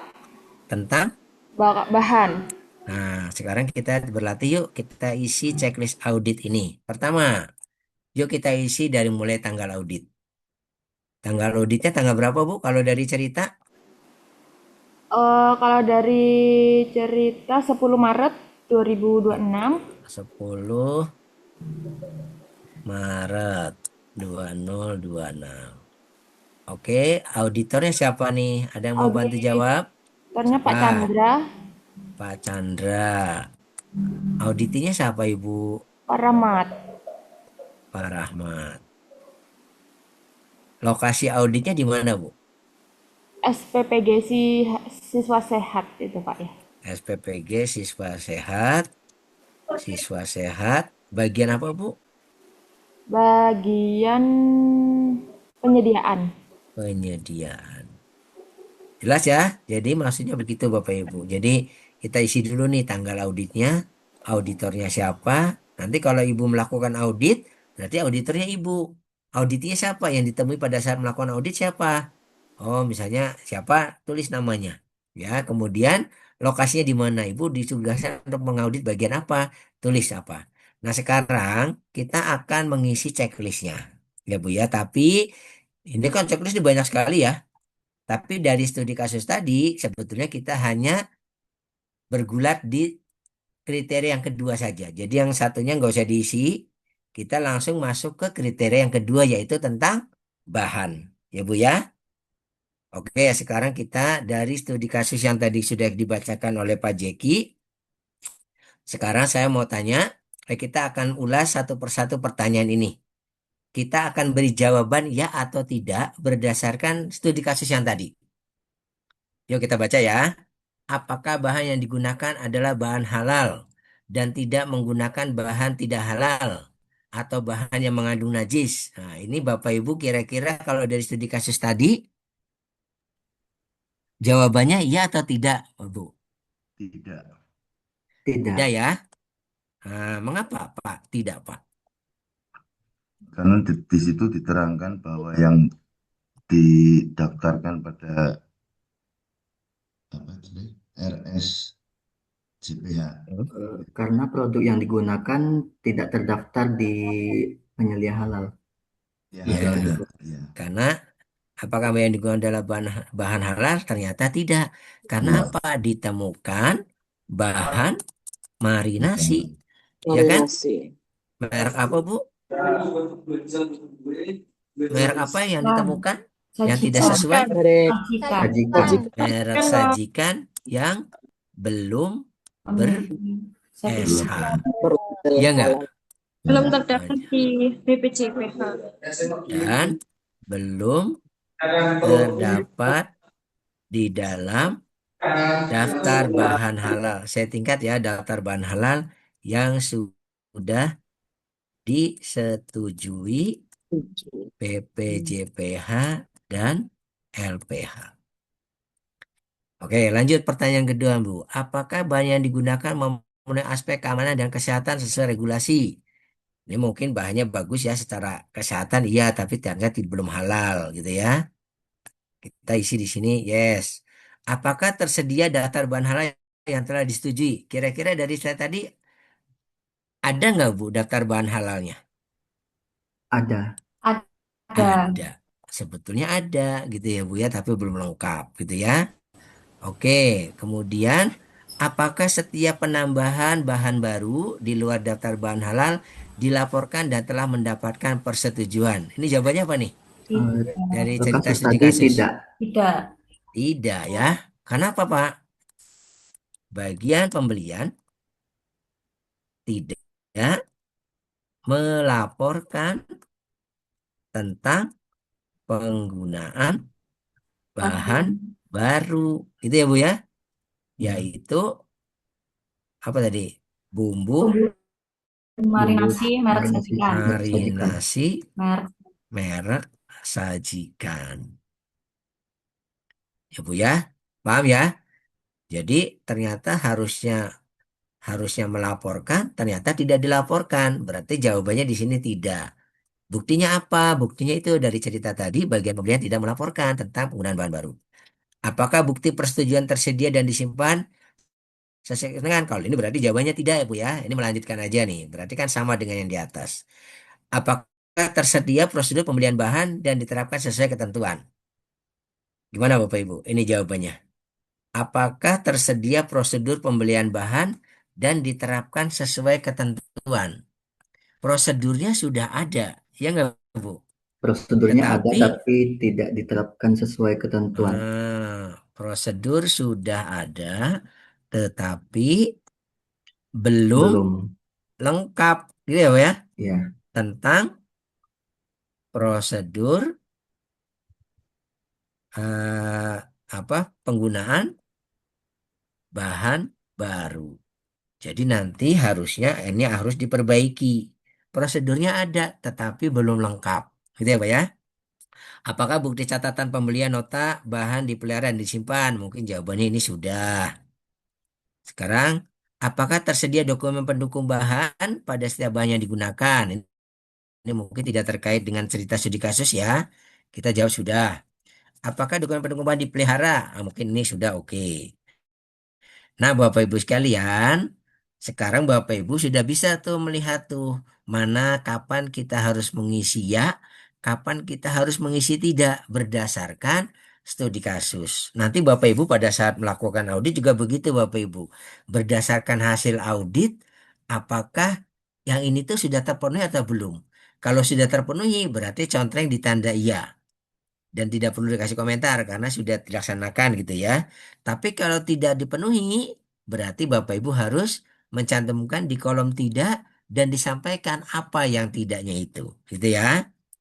Oke, kita lanjut sampai ke bawah. Yang prosedur tidak perlu ya, tidak perlu kita bahas karena studi kasusnya hanya terkait Tentang bahan. tentang apa Bapak Ibu? Bahan. Bahan. Tentang bahan. Nah, lanjut kita di bawahnya diisi. Tadi auditornya siapa? Pak Chandra ya. Kemudian auditinya Pak Pak Ahmad. Rahmat. Nah, ini sudah kita sudah belajar mengisi checklist.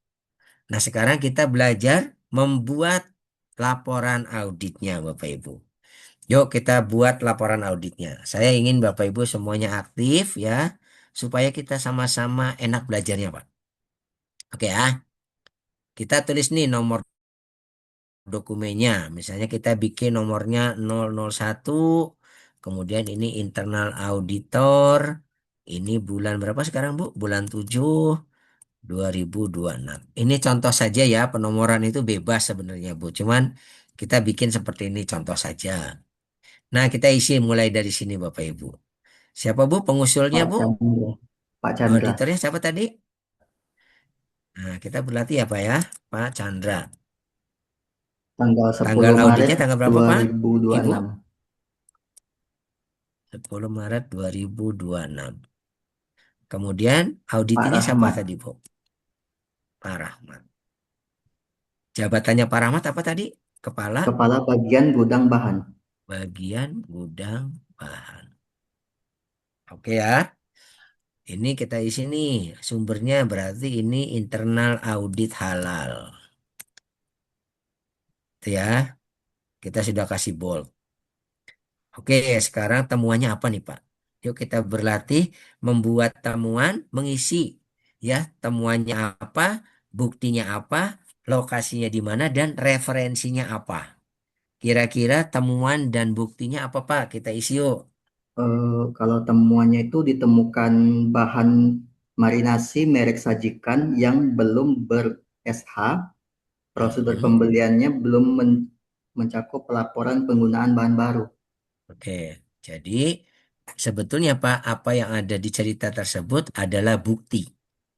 Jadi kalau tadi Bapak bicara ditemukan itu sebetulnya ini buktinya Pak. Iya, Ditemukan ditemukan 5 bahan karton marinasi ya, 5 karton merek sajikan merek sajikan yang belum belum ber-SH. bersertifikat halal. Nah, temuannya sebetulnya di sini Pak. Kalau Bapak bisa melihat, Mm. sebetulnya temuannya ini Pak. Ya kan? Ini kan berarti bagian pembelian tidak menggunakan bahan yang halal, halal. gitu kan? Bagian pembelian tidak membeli bahan yang sepenuhnya halal dan yang terdapat di dalam apa Pak? Di Daftar daftar di bahan bahan halal. halal DBH. Ah, jadi sebetulnya temuannya itu Pak, bagian pembelian tidak membeli bahan yang halal, ya kan, yang tidak sepenuhnya halal, yang terdapat di dalam daftar bahan halal. Buktinya apa? Ada ditemukan bumbu marinasi, ya kan, merek sajikan sebanyak 5 karton yang tidak bersertifikat halal. Jadi temuannya itu Bapak Ibu, ya. Kemudian ini sebenarnya nanti bisa menjadi penyebab. Oke. Oke ya, temuannya seperti itu, Bapak Ibu. Ya, ditemukan bumbu marinasi 5 karton merek sajikan yang belum bersertifikat halal. Kemudian lokasinya di mana, Pak? Di gudang bahan. Gudang bahan. Referensinya apa, Pak?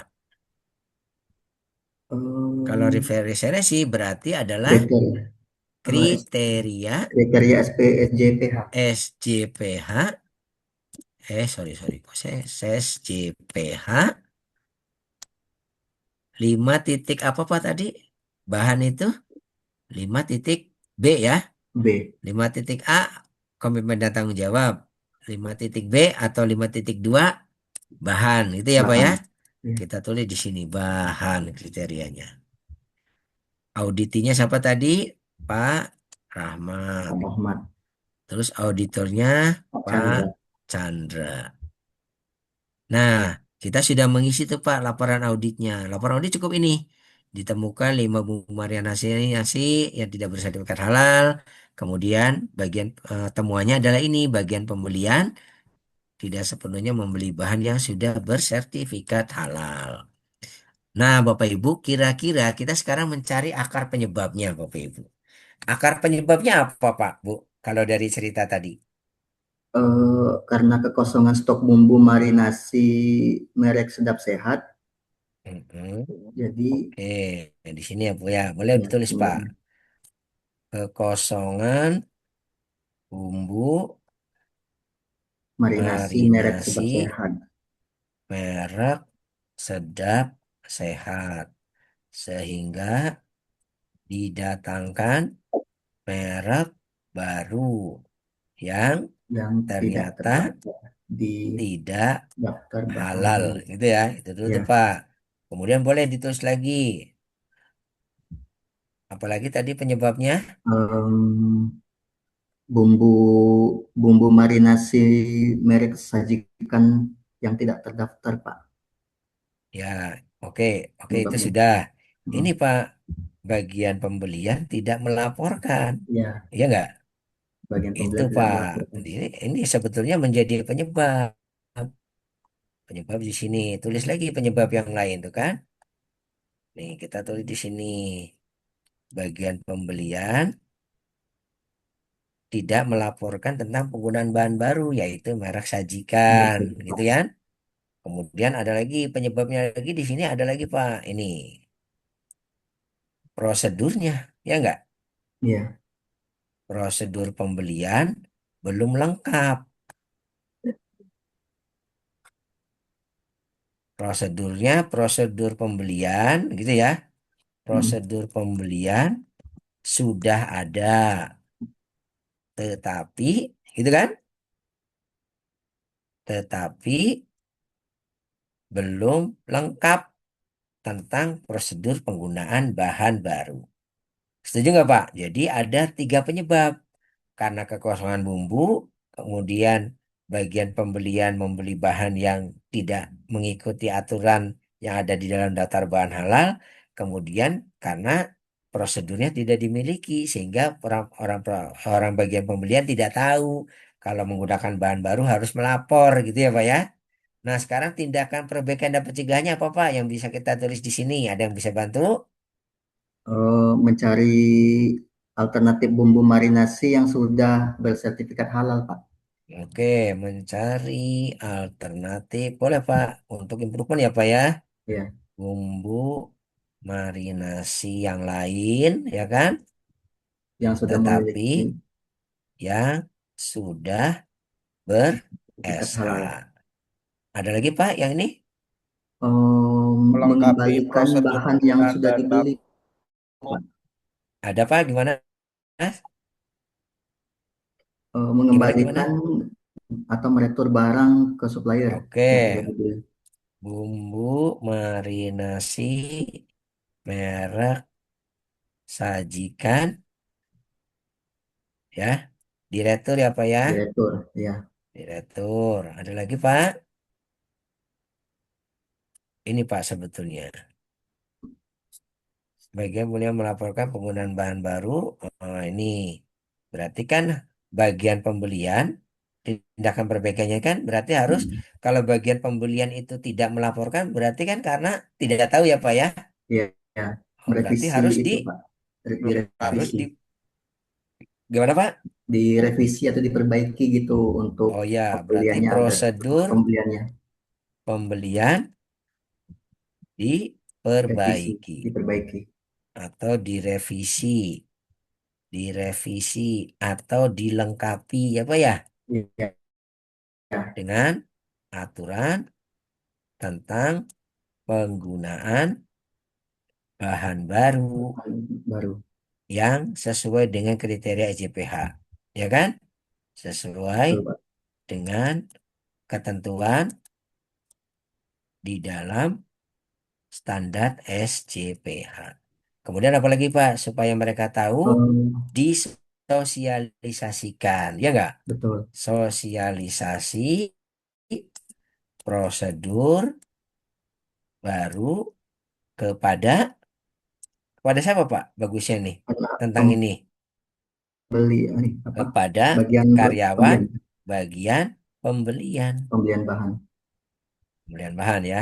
Ya. Begitu, Pak. Jadi kalau sudah ada prosedurnya, maka disosialisasikan.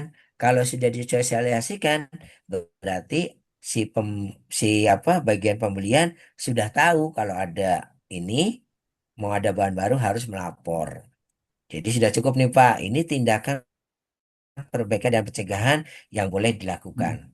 Sekarang lagi adalah kira-kira Bapak Ibu untuk mengerjakan ini kira-kira butuh waktu berapa nih, Pak untuk melaksanakan tindakan perbaikan dan pencegahan ya, mencari alternatif, kemudian bumer sajinya diretur, kemudian prosedurnya diperbaiki, kemudian disosialisasi. Pertanyaan saya kira-kira butuh waktu berapa apa lama, Pak? Hmm, kira-kira Ada yang bisa bantu? mungkin 3 hari mungkin, Pak. Tiga Ya. hari, 3 hari sanggup, Pak? Bikin prosedur baru, kemudian disosialisasikan. Mungkin 1 minggu, Pak. Baik, Ya, 1 minggu. 1 minggu. Kita sepakat ya, misalnya ini 1 minggu deh, boleh. Nah, berarti kapan, Bu, rencana tanggal penyelesaiannya kalau 1 minggu? Tanggal 17 Maret 2026. 17 Maret 2026. Nah, Bu ya. Nah, sekarang bayangkan bahwa udah nih, auditnya sudah selesai, kemudian mereka melakukan tindakan perbaikan, ya mereka nyari bumbu baru, kemudian bumbu marinasinya sudah diretur, kemudian prosedurnya diperbaiki, kemudian prosedurnya disosialisasi, dibiarkan mereka melakukan tindakan perbaikan dan pencegahannya, Bapak Ibu. Sekarang tugasnya auditor nih kembali. Tugas auditor adalah melakukan yang namanya verifikasi, Verifikasi. memastikan tindakan perbaikan dan pencegahan sudah dilakukan. Nah, sekarang kira-kira Pak tanggal berapa auditor melakukan verifikasi? 18 Maret. 18 18. Maret. Jadi verifikasi dilakukan setelah janjinya ya, Pak ya. Jadi Ya, Bapak bisa jadi auditor nih. Si auditornya janji tanggal 17 Maret. Kemudian Bapak auditor datang tanggal 15 Maret. Nggak fair ya, Pak ya. Saya ya. janji 17 Maret selesai kok datang 18 ya mungkin masih belum diselesaikan gitu ya, Pak ya. Maka datanglah sesuai janjinya. Kalau misalnya 17 ya 18-nya datang untuk memastikan bahwa dia sudah lakukan. Apa Pak yang harus Bapak tulis, yang harus Bapak Ibu laporkan untuk menjelaskan tentang aktivitas verifikasi ini? Kira-kira apa Pak? Telah mencari Telah alternatif bahan diganti, marinasi. Iya, terima telah kasih diganti bumbu ya. marinasi yang bersertifikat halal. Alternatif bumbu marinasi halal sudah didapatkan. Yaitu merek, misalkan gitu ya Pak ya. Ya, Yaitu merek, misalnya apa ya? Ternyata mereknya yang benar itu merek Sajiku ya Pak sedap, ya. sedap sehat. Sedap Sedap sehat. sehat kan sudah. Kalau alternatif kan boleh yang lain Pak. Oh, yang lainnya. Misalnya mereknya Rasa enak. apa ya? Bambu. Nah, Sayonara, Pak. mereknya bambu. Ya kan?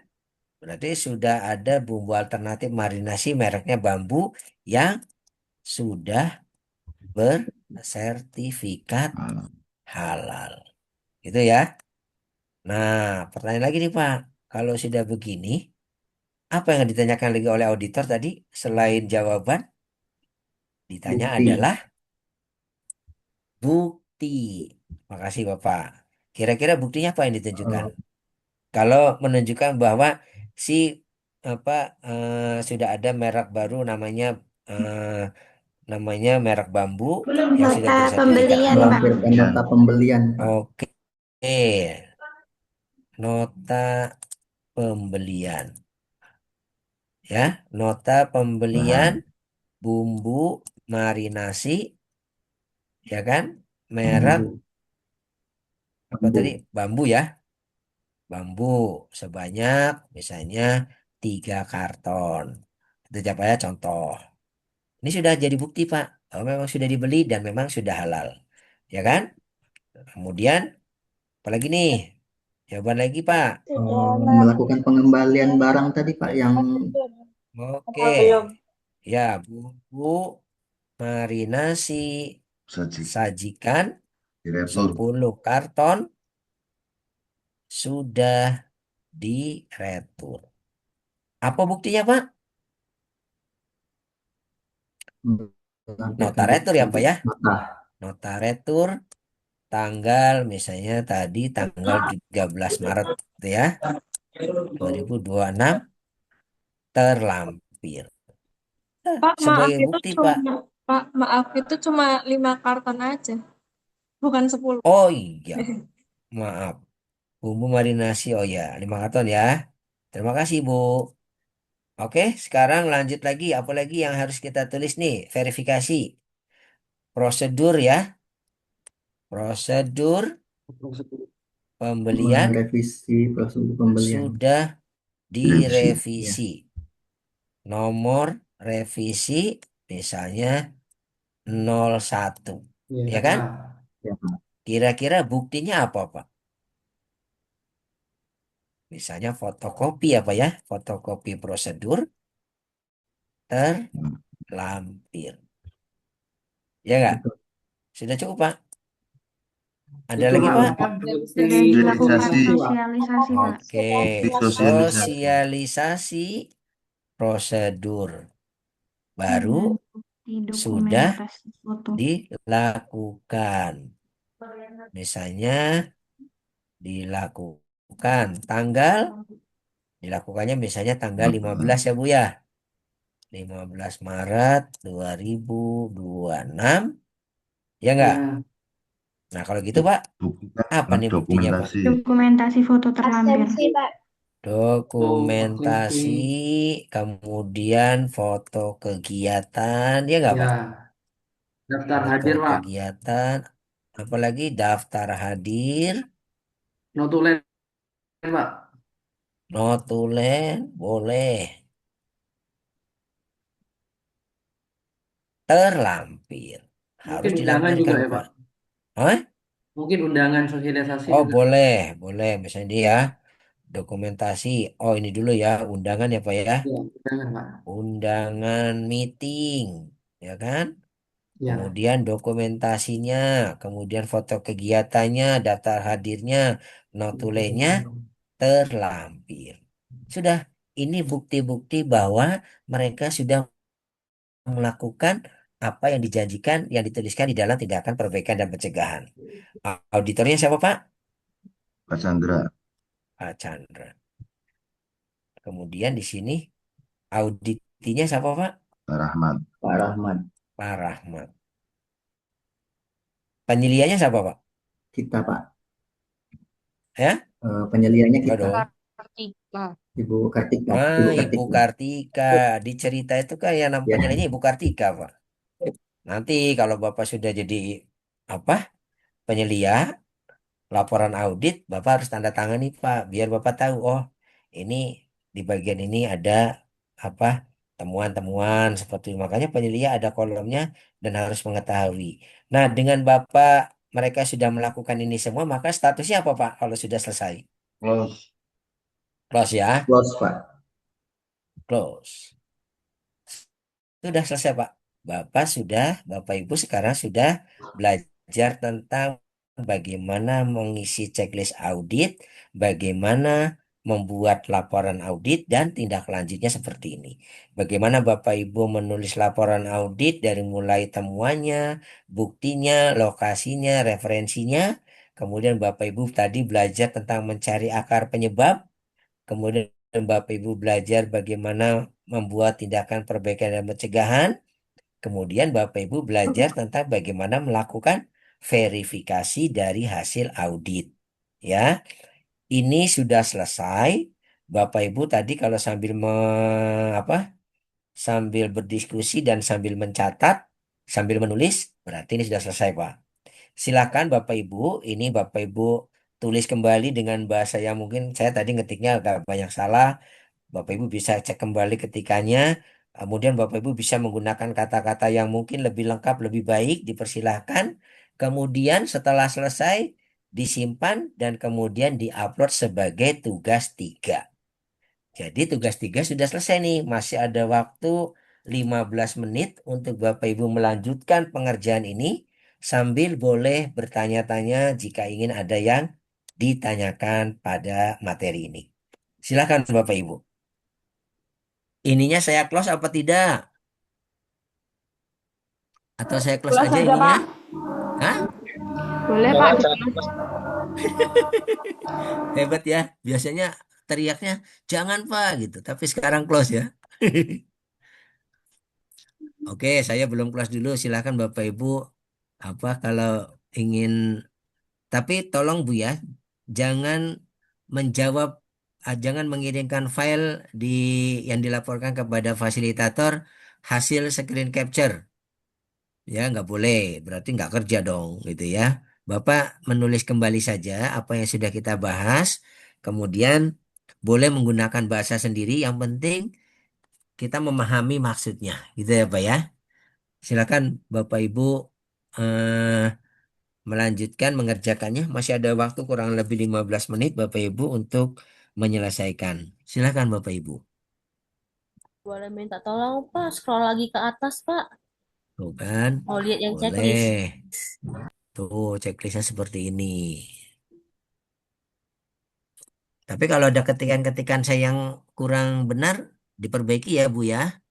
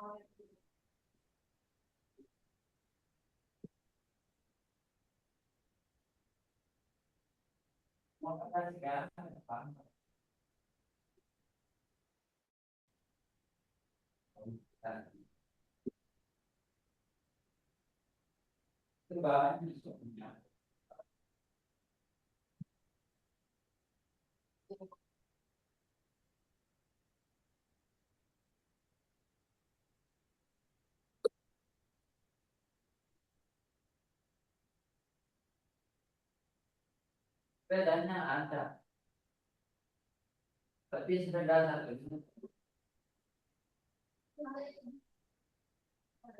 Nah, checklist temuan itu sudah baku apa bisa dibikin sendiri tuh, Pak?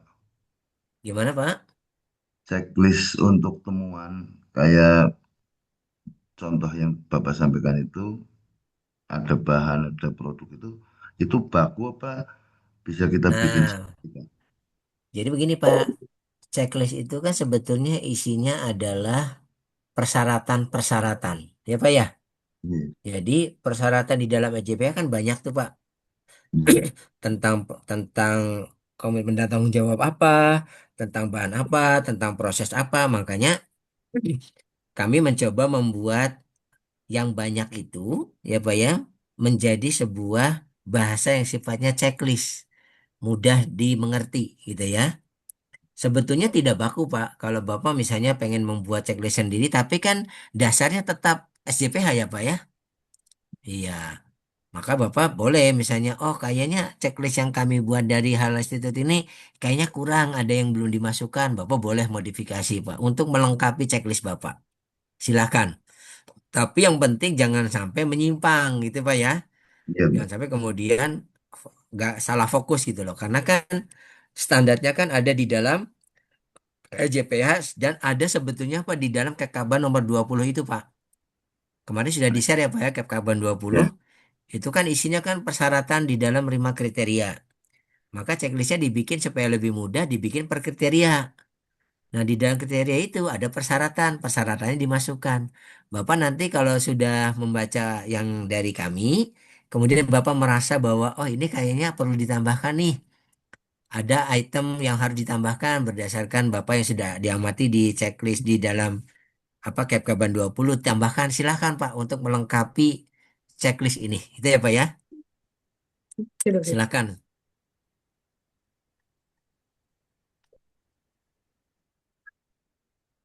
Ibu Masnun, ada pertanyaan Ibu Masnun? Enggak. Pas, Pak. Kira. Oh iya, nggak apa-apa Ibu.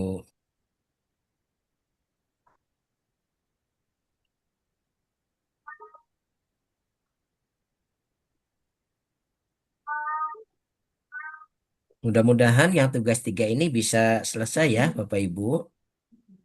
Belum. Ini kemarin itu Mbak Linda kurang ininya belum apa ID halalnya yang dari Izin Pak, boleh lihat itu yang scroll ke bawah lagi nggak? dulu surat keterangannya. Oh, sudah nih. Sudah. Sudah, tak kirim fotonya. Pak, silakan Pak.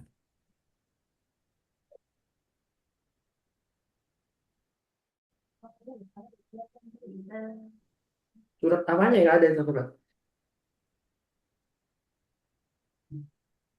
Kemana? Ujian apa, Pak? Iya sambil mengerjakan tugas. Oh ini dari pagi tuh ngantuk saya. Sudah, itu. Tapi kan kemarin nota ayamnya kan bukan dari Andri. Iya ini kan Pak. Tak anu lagi Pak, tak revisi lagi. Sudah saya kirim. Iya.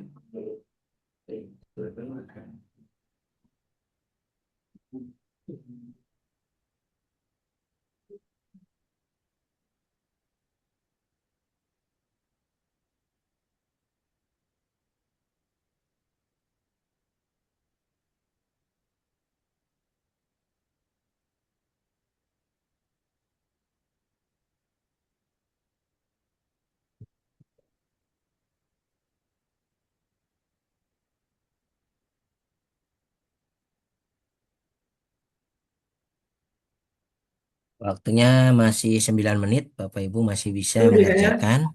Mas Yudi kayaknya.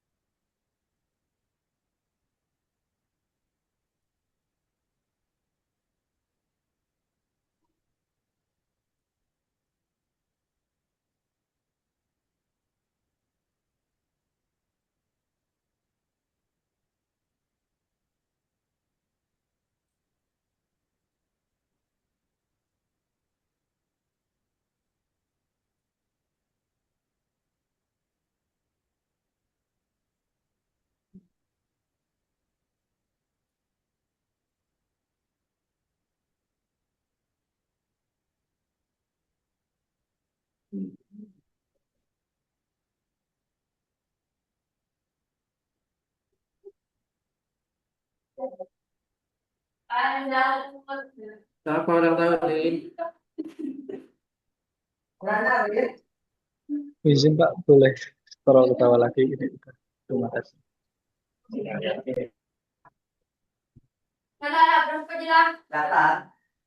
Bapak ini ya boleh menggunakan kata-kata sendiri ya Pak jika memang kurang jelas dari apa yang saya tulis. Yang penting intinya Bapak bisa memahami. Seperti itu sih. Oke Pak, siap Pak. Terima kasih Pak.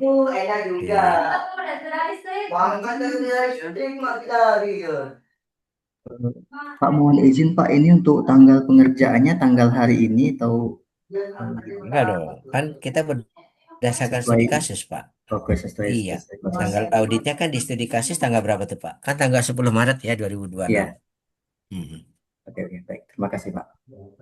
iya. Il. Jadi saya berharap materi ini cukup memberikan pembekalan pada Bapak Ibu ketika nanti Bapak Ibu melakukan audit internal, gitu ya Pak ya. Karena audit internal itu memang harus dilakukan Pak sebelum audit eksternal nanti orang LPH datang. Minimal Bapak sudah melakukannya. Jadi kalau misalnya ya Bapak nih sekarang bulan Juni. Mungkin sekarang Bapak Ibu sedang melakukan proses persiapan sertifikasi. Bapak Ibu membuat dokumennya, membuat prosedurnya gitu ya Pak ya, melengkapi peralatan perlengkapannya, membaguskan areanya gitu. Silahkan. Nanti kira-kira menurut saya misalnya sekarang persiapan, kemudian misalnya ternyata direncanakan Bapak akan diaudit, misalkan bulan apa, Juni, Juli, Agustus, misalnya September aja. Bapak Ibu misalnya ternyata mau diaudit bulan Agustus gitu. Maka mungkin saya sarankan Bapak di bulan Juli gitu, Juli akhir Bapak sudah lakukan internal audit Pak. Jadi nanti ketika auditor datang, apakah audit internal sudah dilakukan? Ya sudah, Bapak tunjukkan buktinya.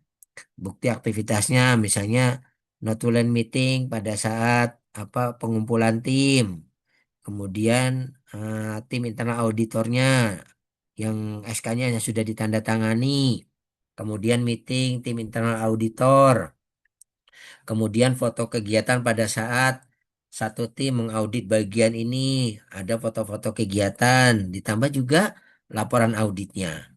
Laporan audit dari tim yang mengaudit bagian pengadaan, laporannya seperti apa, temuannya seperti apa, tindak lanjutnya seperti apa. Nah, itu menjadi bukti yang Bapak-Bapak Ibu dapat tunjukkan bahwa audit internal sudah dilakukan. Jadi, begitu Bapak Ibu.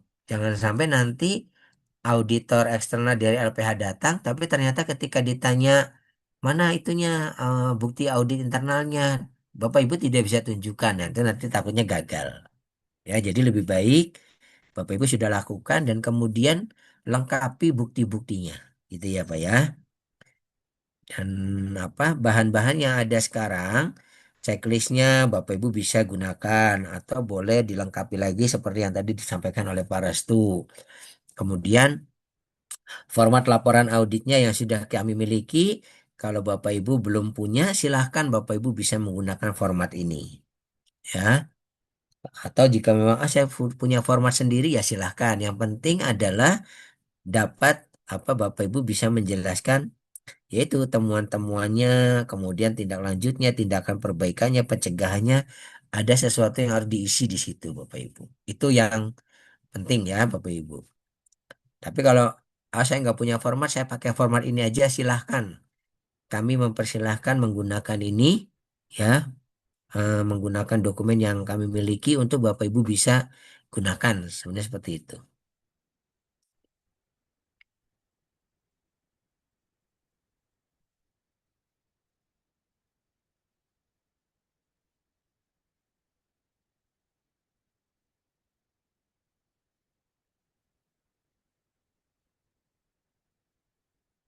Kayaknya ini sudah bisa ditutup. Waktu saya tinggal 2 menit lagi. Sebentar ya.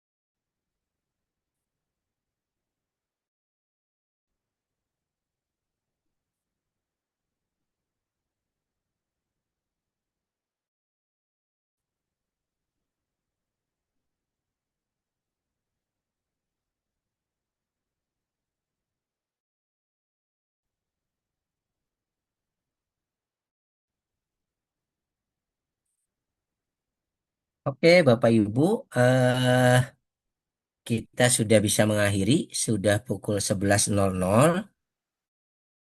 Saya mengucapkan banyak terima kasih atas antusiasme Bapak Ibu sekalian mengikuti materi ini. Kemudian mudah-mudahan apa yang sudah kita bahas, kita diskusikan ya, kita pelajari bersama bisa memberikan banyak manfaat bagi Bapak Ibu nanti yang akan bertugas sebagai penyelia halal. Jangan lupa Bapak Ibu jaga integritas kita ya sebagai penyelia, ya tunjukkan kita mampu dan kemudian kita mampu mengantarkan pelaku usaha mendapatkan sertifikat halal sesuai dengan harapan yang pelaku usaha bebankan pada kita sebagai penyelia yang sudah disekolahkan di pelatihan ini. Mudah-mudahan apa yang saya sampaikan bermanfaat. Saya mohon maaf jika ada kekurangan, Bapak Ibu. Eh, kita bisa langsung tutup saja ya. Jadi nanti Bapak Ibu kita bisa akhiri sesi ini, kemudian Bapak Ibu bisa langsung beristirahat. Ini hari Jumat Bapak Ibu, jadi istirahatnya panjang. Sholat Jumat. Kita akan ketemu lagi pukul 13.00 ya Bapak Ibu. Nah, untuk yang laki-laki, bapak-bapak silahkan persiapkan diri untuk sholat Jumat. Bagi ibu-ibu mungkin bisa beristirahat agak lama sambil mungkin mengerjakan tugas-tugas yang belum selesai. Oke Bapak Ibu, kita bisa akhiri ya, kita tutup. Sekaligus juga mungkin kita bisa langsung beristirahat karena namanya Ibu MOT sibuk ya, jadi langsung serahkan kepada saya untuk menutup di setengah sesi yang pertama ini di hari kedua. Kita bertemu lagi ya Bapak Ibu pukul 13.00. Sekali lagi selamat beristirahat, selamat beribadah sholat Jumat. Terima kasih, Pak. Gimana? Oke Bapak Ibu, terima kasih. Kita tutup. Alhamdulillahirrahmanirrahim. Assalamualaikum warahmatullahi wabarakatuh. Waalaikumsalam. Waalaikumsalam warahmatullahi Terima wabarakatuh. kasih, Bapak. Terima kasih, Bapak. Terima kasih, Bapak. Selamat beristirahat dulu ya Ibu, Bapak. Baik, Bapak.